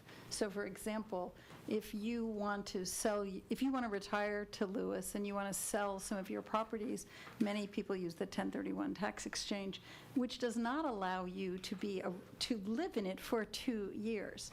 Right. And so that means you want to do, let's say somebody wants to do an ADU, but the fact is, they can't because the IRS says you can't, or they'd have significant tax changes. So I think that my view as we look through this is that practical use that's happening now, we have to look at how to grandfather. But then we have to go back, maybe it's to the Planning Commission, to really look at the requirements. Also, IRA funding, like sometimes your retirement funding also puts limitations. So that was never the intent. The Planning Commission was trying to address workforce housing, and they did a great job in that effort. But there are tax implications, real estate implications that are Residency implication. Grandfathered issues that I think really force us to go back in. And I would say even temporarily, this reminds me of the HVAC issue that we've discussed. Don't enforce right now. Let's get this facts tracked to the Planning Commission, and let's see if we can clean this up, and so that they can hear directly from residents and get the tax information. But the fact is, you really cannot live in the primary residency, and so we've defeated our purpose in some percentage. I think that's very well said. I mean, the objective of this was to increase housing for our local workforce. And that's why I asked about the 900, because the other, intention of this was to get those that existed to come out into the open so that they could get permitted, make sure they're safe places to live. We weren't, looking to punish them in any. But I think the 900 was intended to be for new construction, new ADUs, correct? No, so the 900 square feet, again, an ADU can be, and if it's a because again, you can have multiple different ways to have an ADU. It can be attached to the house in just a separate wing. You can convert a basement to one, but typically what we see is it's a separate structure. Accessory structures have a footprint of 900 square feet, but they can be at 1.5 stories. And that So they can accessory be- I'm sorry, go ahead. So technically, if somebody uses their accessory structure and it's brand new, your footprint's 900 square feet, but it can go, your ADU can actually be larger than that because they have a half story. Oh, but so still, someone wants to construct an ADU, the footprint can't be larger than 900 feet. Correct, because it's still Well, that's considered okay. an accessory structure. The word accessory is used twice in this, Yes. in this conversation. So, yeah. Accessory structure and then accessory dwelling unit. Yes. So is there any, this is really for an awareness that this needs to be looked at again. There's nothing really you can do. I think we should send this to the Planning Commission and ask them to, they have a huge agenda, but we'd like to get this expedited because this is impacting folks right now. Right. And then I would suggest that until we get this cleaned up, we don't enforce upon our residents a code that we already know has some problems in it, okay? So that's why I would say, let's get it to the Planning Commission, but let's ask them to bump it up so they can understand and get moving and get something back to us. And they will need to have a public hearing because this is an ordinance revision. And I think we can not just send it to the, we can give some of the suggestions we've offered here. Yes. Yeah. Do we want to set a deadline, a goal of a deadline for Planning Commission to report back? And the reason I'm asking that is that first, I think it's a good management decision. And I don't like the idea that we have an ordinance on the books that we're not able to enforce. This creates a. Particularly because it's a new ordinance. We have a lot of old ordinances we don't enforce, but it's really a lot of addressing. Yes, exactly. Right. So- And I agree with Tim, most deadlines aren't real anyway, so it's good to set a We need to set deadline a that goal. you're working towards. Let's set a goal. But if someone Some would be deadlines are starting, real, but. I'm sorry? but if someone would be Some are not. building a new ADU now, you would enforce the code. Absolutely, yeah. And A brand a new brand new A one. brand new This one, is right. about all the others that aren't complying. These are the ones I that would are- basically give them, they're going to have to get the tax information, so they've got some work to do to Yep. do this. So I think that if they could be holding their public hearing by the first, early September, then I think they should, that's reasonable. That they should, particularly if we're not saying to anybody currently that they'd have to make a change. So new stays with the ordinance, the rest of it we hold and we're a little more reasonable. Right. So the idea is to refer to the LPC? Yes. So, but refer to LPC now, but you're saying a date for a public hearing should be no later than September? That's what I think. I think the Or planning, report back from them, I think. well, they're going to have to revise an ordinance. I mean, I don't see how they're going to get around this without revising the ordinance and their own public hearings. So I'm saying we are telling the city, accept the fact that folks are not in progress. Yeah, it's in progress. Brand new, enforce to the ordinance, tell the LPC, expedite this, because they're going to have to do their research, they're going to have to do a public hearing, and they're going to have to get it back to us. Well, in order to expedite this even more, I would think I would volunteer to work with Janelle to submit suggested language. Yes. Oh, you mean To pass the it on planning LPC? commission. Yeah. You mean that To the language planning be commission. passed to the So they LPC? get an opinion of what's being proposed, yeah. Right. Some history You of, don't need to recraft the entirety of the ordinance. We're don't. asking No, them no, to we're look just at making- these things. In fact, maybe Well, we could look at it in a slightly different way. So have let's call it like a public input meeting. In other words, let's get the data in so we can get a tax specialist, we can get Right. citizens, so that the planning commission is not doing all this themselves. That's what I'm- Okay, is that what you're saying? I'm sorry. Is it on your 22nd workshop? It is. That might be a good to kind of We frame could, out. we could you know. do that. We could put it That on the would give you a 22nd public workshop. opportunity to That's a frame great out idea.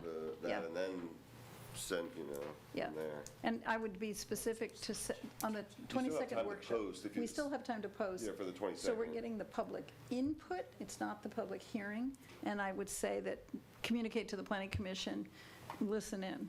Be So- here or listen into that. because you also have time to place the item on the planning commission's agenda for next week, for them to start looking But at I- something, but I or think- you want I don't- to, I'm just making yeah. sure, like, No, I I appreciate think that would that. just be a notice Yeah, kind of thing. you can just let them, we have this new agenda item. that's where I put it. Okay, which is direction from council, the planning commission this morning in their planning session.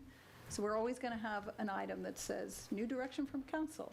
And so that will change their priorities. But I think putting it on the 22nd allows those impacted realtors, tax, homeowners to come and give us input. And that will help the planning commission. So I wouldn't put it on there as to deliberate. I think it's just as the deputy mayor is saying, let's frame this, because then we can move a little faster. Okay. So no action on that one, so that brings us to the end of the meeting. At this point, I will take public comment, starting with the patient people who sat online. Any little yellow hands up there waving? Nope, we'll give them time. Anyone from the room like to come up? Alicia, come on up.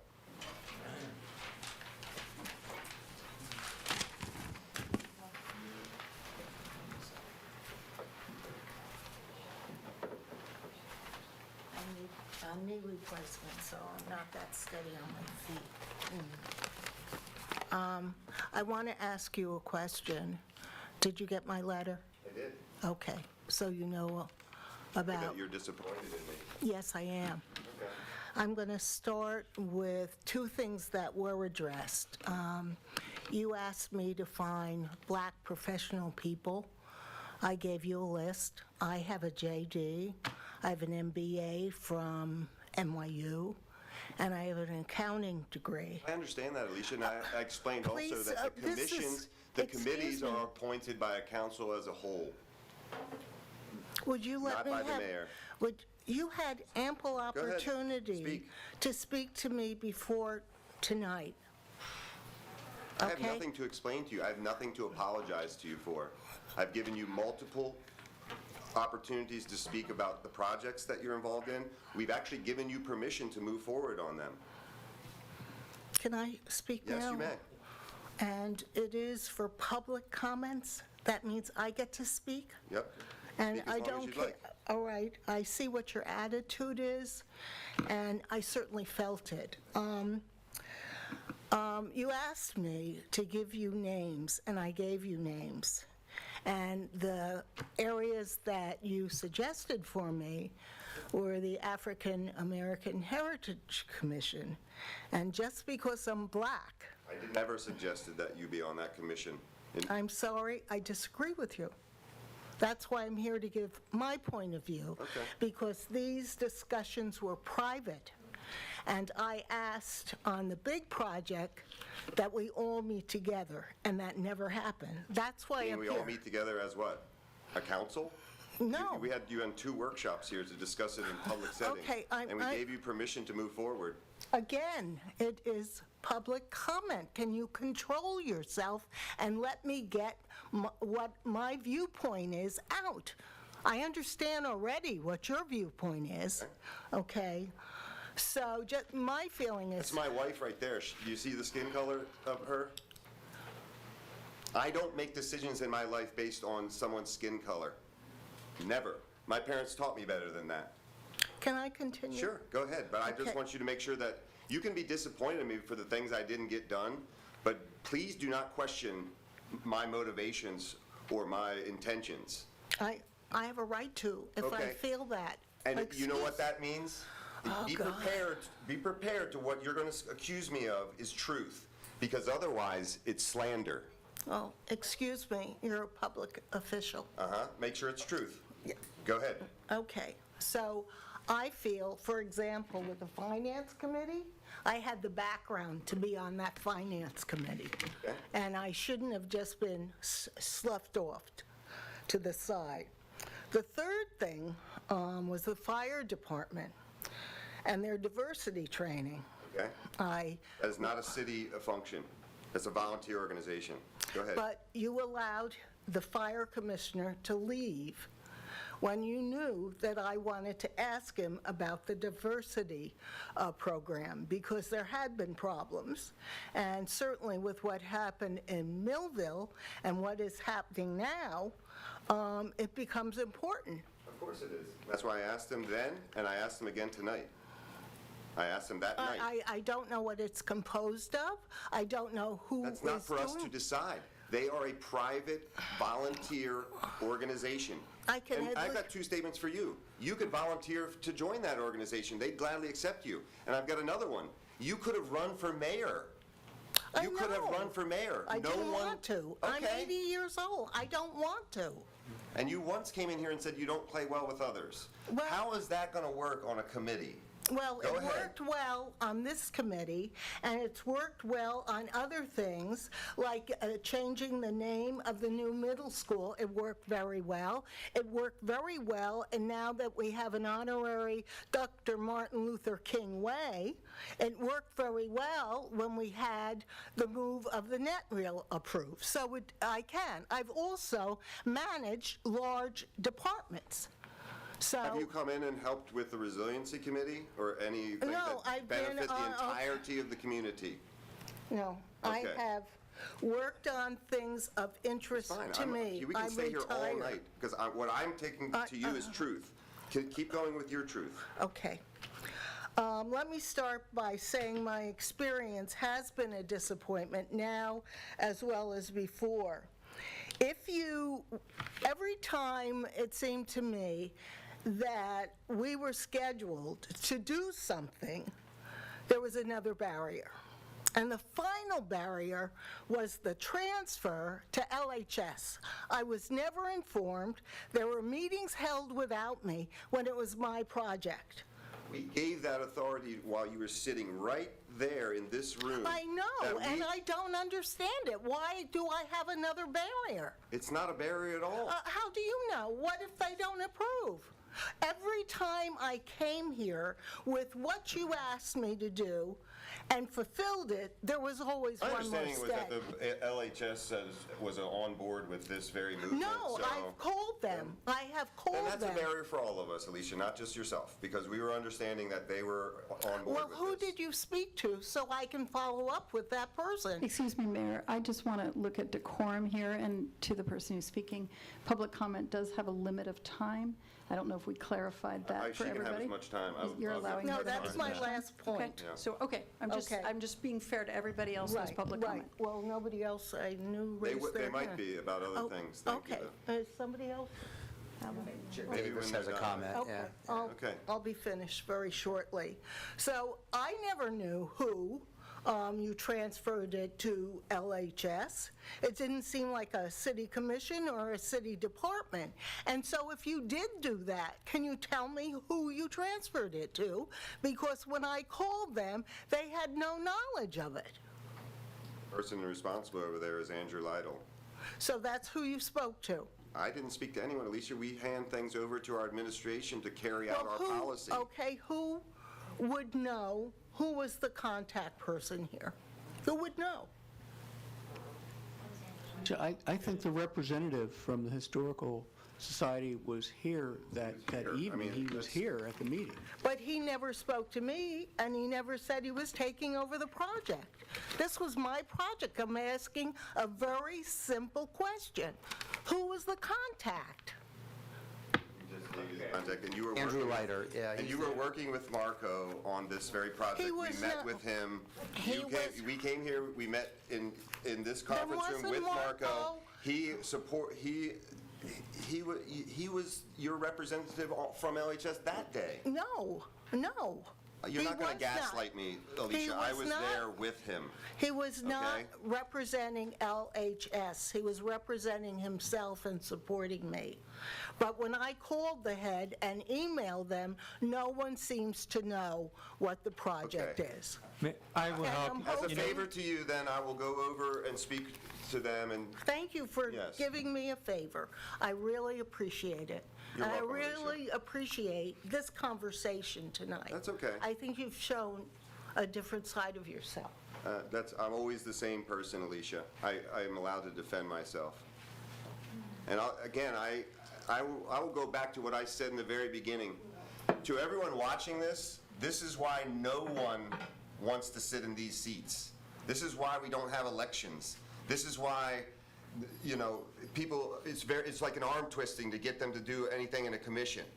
Because everyone thinks that people do this because they have an axe to grind, or that they're trying to obfuscate or block someone from doing something. It's not true. Thank you for your time. Christine.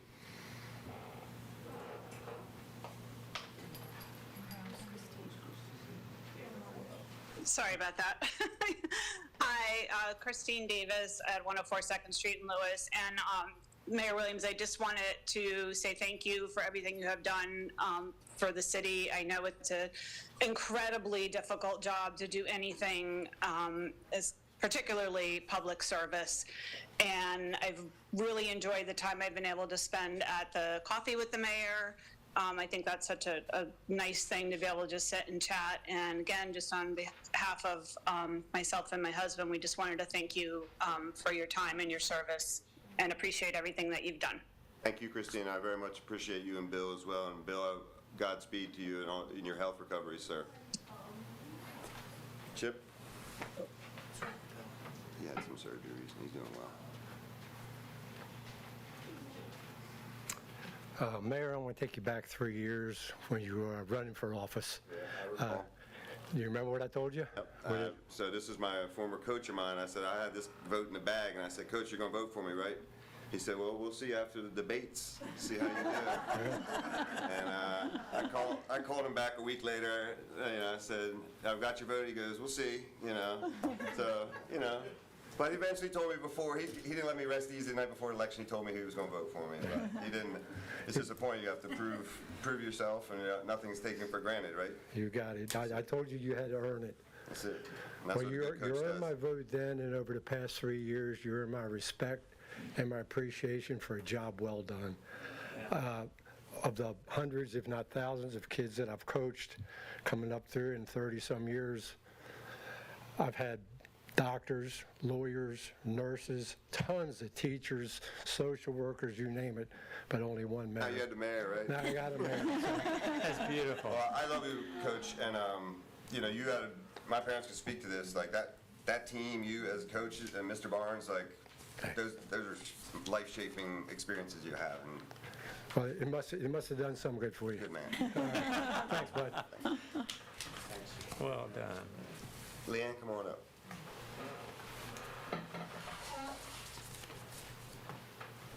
I almost forgot what I was going to say. But I do want to talk about I heard everything you said about how this was going to go. Planning Commission, maybe a meeting before the Planning Commission, trying to develop some ideas for them to amend or whatever you're going to do with that accessory dwelling unit thing. I want to just say, I'll help when it comes to the real estate stuff, just so we can put practical stuff in front of them so they can understand how it practically is going to affect people. She likes to wear wedges, not sneakers, and walk around the tent. So the things that I think are really important to do with this is, did you guys, when you were doing all this, plan that this ordinance was going to affect people that have been having 2 units for a very, very long time? Tonight, I heard something which I had a question about. It can be something in a basement, it can be attached, it can be not attached. That is like huge. You guys need to know, is an accessory dwelling unit a duplex? I own a duplex in town that I own both sides of. A lot of them in town are not owned by the same person anymore. So that's one big question. Is a duplex or somebody with front to back, is that considered an accessory dwelling unit? If it is, you've got a lot of people that have those that you have to think about. If it's just a house and another house on one parcel, you don't have that many things to think about, honestly. And I could probably get you the exact number, but right now I'm saying under 20 in the whole town. Okay, that means the beach and in town.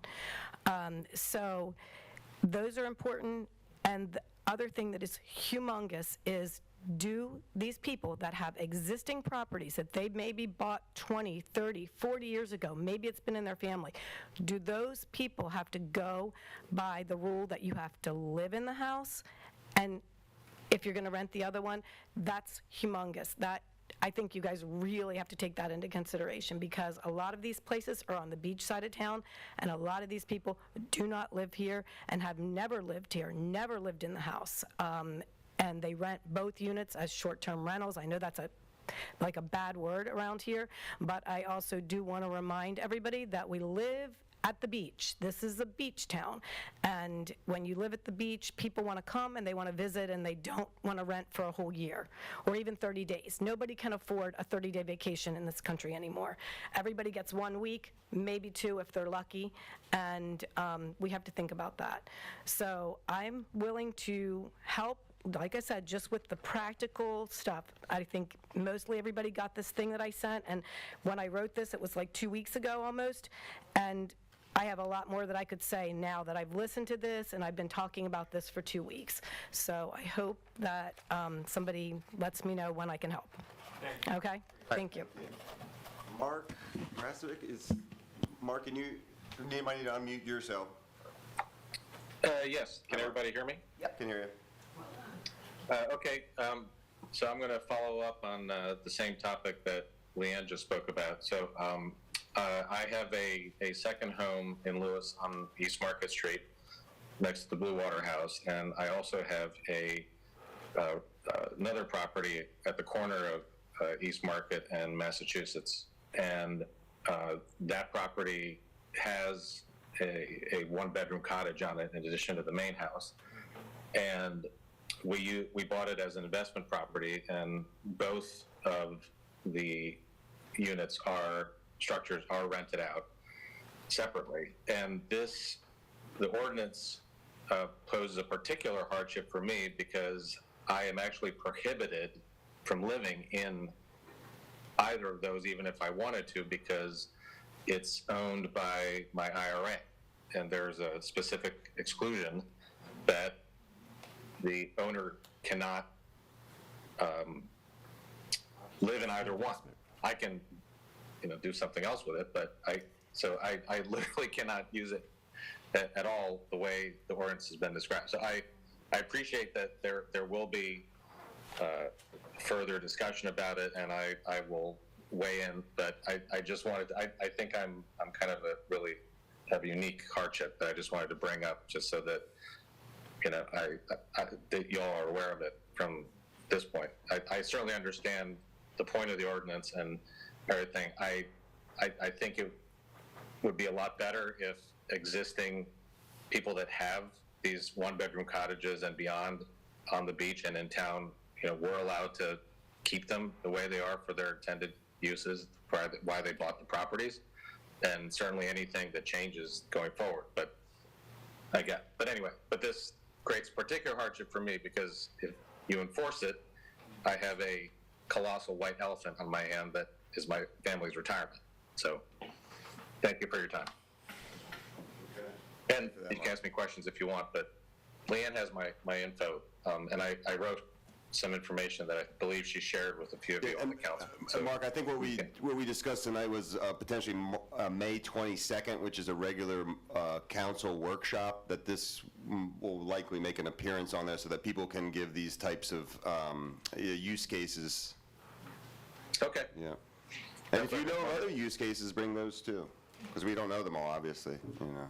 I think Councilperson Saliba spoke of this, you know, when we first started serving together, that in his line of work, these amendments can be done every bill's passed acknowledging that you're going to have to amend it, and there's more of an administrative process. Unfortunately, we have to continue to work back through the process when we discover it. We're also the first municipality in Delaware to enact a ADU ordinance. Newcastle County has it, but no one else has. And I assure people, if this was passed well, and Leanna, we've spoken about it, well-intended, want to, you know, legalize what was out there in terms of housing stock, and then hopefully create more for the workforce. Yeah, and I think another good thing that will likely be part of this discussion that Joe Stewart raised is we only intended the rent control component, which is if you rent your unit at a certain rate, you'll be forgiven of gross receipts rental tax. And Joe pointed out that that doesn't speak to apartments or other situations where you could do that, and I think that should be captured as well. So it was a good thought on his part. Okay, I think Mark's already. Thank you, Trina. Appreciate working with you, and I look forward to working with you going forward too. All right, with that, Bill, any further comments? I think I gave all my comments in real time. Just a couple quick things.